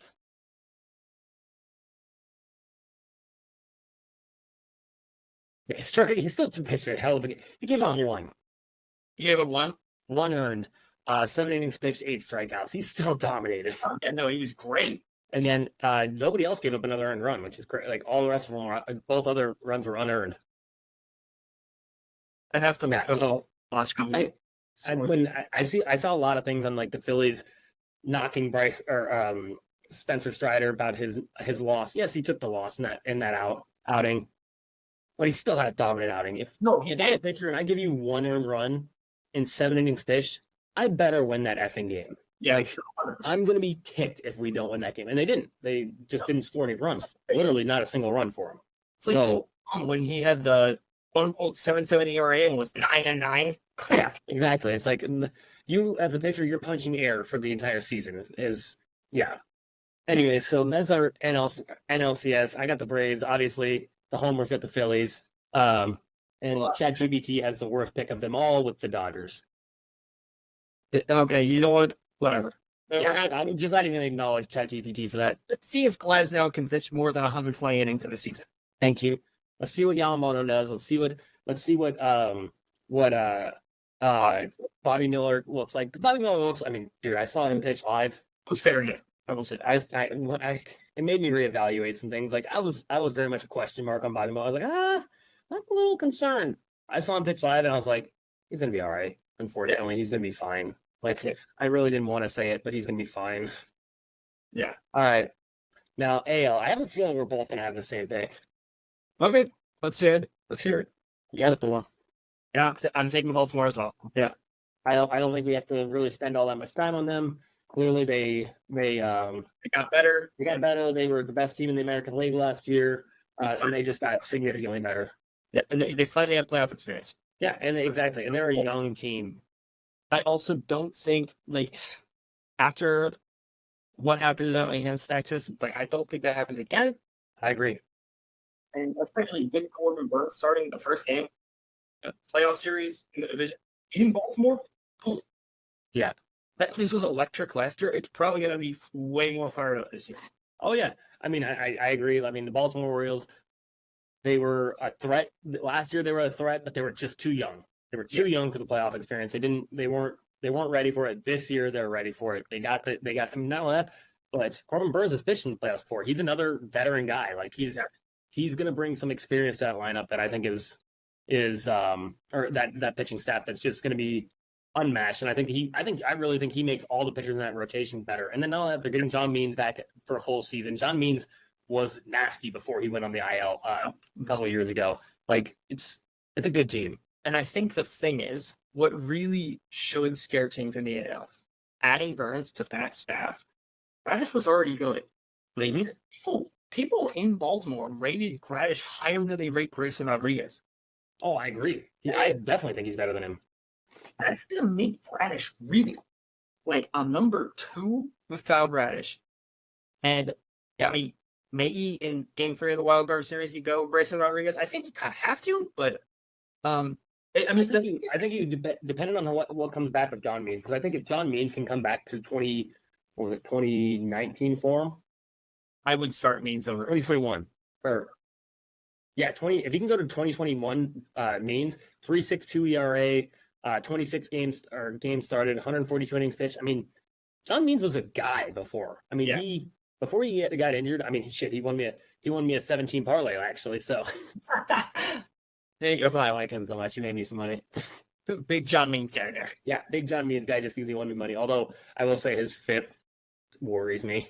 Yeah, but that's the thing. I think, like you said, Burns being there should make that entire staff better. Yeah, I think I agree. I think it makes the entire staff better. And even if it's not Means, you go with Grayson Rodriguez. Grayson Rodriguez is fine. I think he's going to continue to grow. I think he has a better season. He's not going to get sent down. I don't agree. But does he blow everyone out of the water? Maybe not. But I think he has a better season. Agreed. All right. Now, the AL, the ChatGPT went with a suspect pick that we've talked about ad nauseum. It could be Yankees. Yeah, it did. Okay. I like that pick. I wasn't even going to say it. Yeah. I don't think the Yankees make the playoffs this year. And we're going to talk about that later. Yeah. I Actually, I say that and I'm an idiot. Okay. Anyway, so now for the World Series, obviously I've got Atlanta, Baltimore. ChatGPT has Dodgers, Yankees. You have Phillies, Baltimore. What do you got for winning? How many games do you have the Phillies winning the World Series in? I have it in 6 because I figured. I have it in 6 because of pitching matchups, and I actually, I'm just gonna go ahead. Now, beginning of the episode, your NL MVP pick was Trey Turner. He's my World Series MVP pick. I can see that. I could definitely see that. I actually did not pick a World Series MVP pick, and I'm going to right now when I start thinking about it. But no, I can definitely see. I mean, Trey Turner steps up to the light. I mean, he showed it. I mean, don't get me wrong. He showed a little bit of being afraid to step up to the light, not starting off well with the Phillies. But I think he's going to a new team. He's got to get settled in. And again, Philly is hard to play for. They're ask Alec Ballmer gang, especially if you're not playing up. I know I'm gonna pick for MVP. Okay, I have the Braves in 7 games. How do you I do think both of those World Series would be really fun matchups? I think it's gonna be Braves Orioles, and I think it's gonna be a dogfight. I think they're just gonna be going back and forth every game. I think Strider's going to have one game where he just dominates. Burns is going to have a game where he just dominates. I think even Grayson Rodriguez will have a game where he just shocks the world. And I think it's just going to be back and forth. I think Adley Rutschman's going to hit a bunch of home runs. I think my World Series MVP pick is going to be Matt Olson. I think Matt Olson. I like that pick. I think Matt Olson, he's going to walk a bunch, get on base a ton, and then just every time he gets pitched to, bomb city. I think he's going to be. I mean, he hit 54 home runs last year, if I'm not mistaken. He had like an absurd amount of RBIs. 130 RBIs, I think. Like that. It's the guy, like, the thing that I love / hate about the Rays is they get rid of Freddie Freeman, you can't, I hated that they got rid of him. When they got rid of him, I was just saddened. Like, it's like. It sucked. It sucked. It's like, you don't want to, as much as, I mean, even if I was the Dodgers, I'd be like, oh, man, like, kind of wanted like that. Yeah, you're like, oh man, it's Freddie Freeman, and he's always been a Philly guy, so it's just like, I'm sorry, a Braves guy. Like it's just he just fits there. He fits the city. He was the guy, and then they go out and they're like, oh yeah, you know what we're gonna do? We're gonna trade for a younger version of Freddie Freeman, and then we're gonna sign him to a long-term extension. Yeah, it's like somehow they got better. It's like what that doesn't make sense. Yeah. He put up 54. So Matt Olson had 54 home runs and 139 RBIs last year. Led all of baseball in both those categories. Led the National League in slugging percentage with a 604 slug. Jeez. Yeah. The guy was hitting since he was doing. Yeah. Now you know what? I still remember that, but that'll be fun. You go to Matt Olson. Good luck. I'm glad to not be in the AL East or NL East. Yeah. My division realignment happens and you guys get the Braves. Good luck. It ain't gonna happen. I hope not. Well, I mean, they're gonna have to. We should probably talk about that in a different episode, like one day, because they're talking about expansion. They make it That is Ashland. true. I think we're going to see an NL South. So, That would be interesting. yeah. So, What I think needs to happen, not in the near future, but in the long term future, I think they need to make a Japanese division. I think they need to merge with the Japanese league, and instead of it, so still the world, like we call it the World Series, but we have one team that's not even in the United States, other than that's just the United States. Yeah. And I think they need to partner up with the Japanese league, and I think they need to have two teams from the Japanese league, the best of each division they have, and makes the playoffs here. And it's a whole giant World Series. And I think that would be fun. I think that would be a lot of fun. that would be a lot of fun. Because a lot of people think before the WBC this year, a lot of people thought that the Japanese league was just the AAA version of the MLB. It's not. No. Those teams are just as good as the teams here in the United States. They can compete, and I promise you, if they get a chance to try and fight for a World Series, they're going to compete, and they very well could win a World Series. And I think we'll probably see that eventually. But, Yeah. That's probably 5-10 years down the road, at least. we'll discuss that in another episode. Yeah, in 5 years when we're doing this for a living. Let's hope so. Yeah. Let's Kings go for it. So, what was that? If you want to sponsor us, Kings, go for it. Yeah. DraftKings, Barstool, they'll sell our souls. I don't care. So, and then ChatGPT's pick for the World Series was the Dodgers in 6. Safe, terrible pick that I hate so much. We both hate. Both National League guys, we hate to see it. But Dodgers Yankees is it's just awful. Yeah. It's just amazing.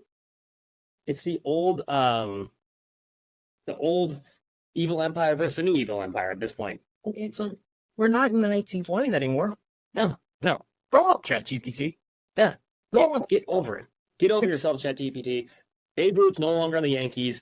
The Dodgers, they have Dave Roberts managing, so they're going to lose. And it's going to be so heinous fashion. When they're going to drop Clayton Kershaw out there for some reason. He's going to have a 165 ERA. Yeah. It'll be Braves versus the Dodgers in the NLCS Game 5, and the Braves will be down 2 runs, and Kershaw will be coming in out of the bullpen with runner on first and second. And Matt Olson's up. Or Austin Riley. It doesn't matter. He can't throw either. Yeah. It's Dave Roberts will find a way to screw it up for them. And I have a very good friend of mine who's a Dodgers fan who's probably going to listen to this, and I hope you know that that's how I feel. And he feels the same way because he actually hates Dave Roberts as well. But he doesn't feel that they'll lose the World Series. He thinks they're going to win the next 10 in a row because he's a very how do I say delusional. Yeah, delusional is the right word for it. He's a typical. Yeah. You don't have any established precedent to believe that. He's like the old school. He's the typical how the Yankees were when they were the evil empire. That's how he is now. He's just they're going to win the World Series every year. And I'm like, okay, so are the Cowboys. I'm sure the Cowboys are going to win the Super Bowl every year too. I'm hear that sometime in the future, someone's going to say this is our year for the Cowboys. It's going to happen every year. We're going to hear it for the Raiders too. I'm from Las Vegas. I hear it still with the Las Vegas Raiders. I'm like, why are we hearing this? Because we shouldn't be hearing this. At least that's a bold take. Yeah. At least it's a bold take. Yeah. If anything else.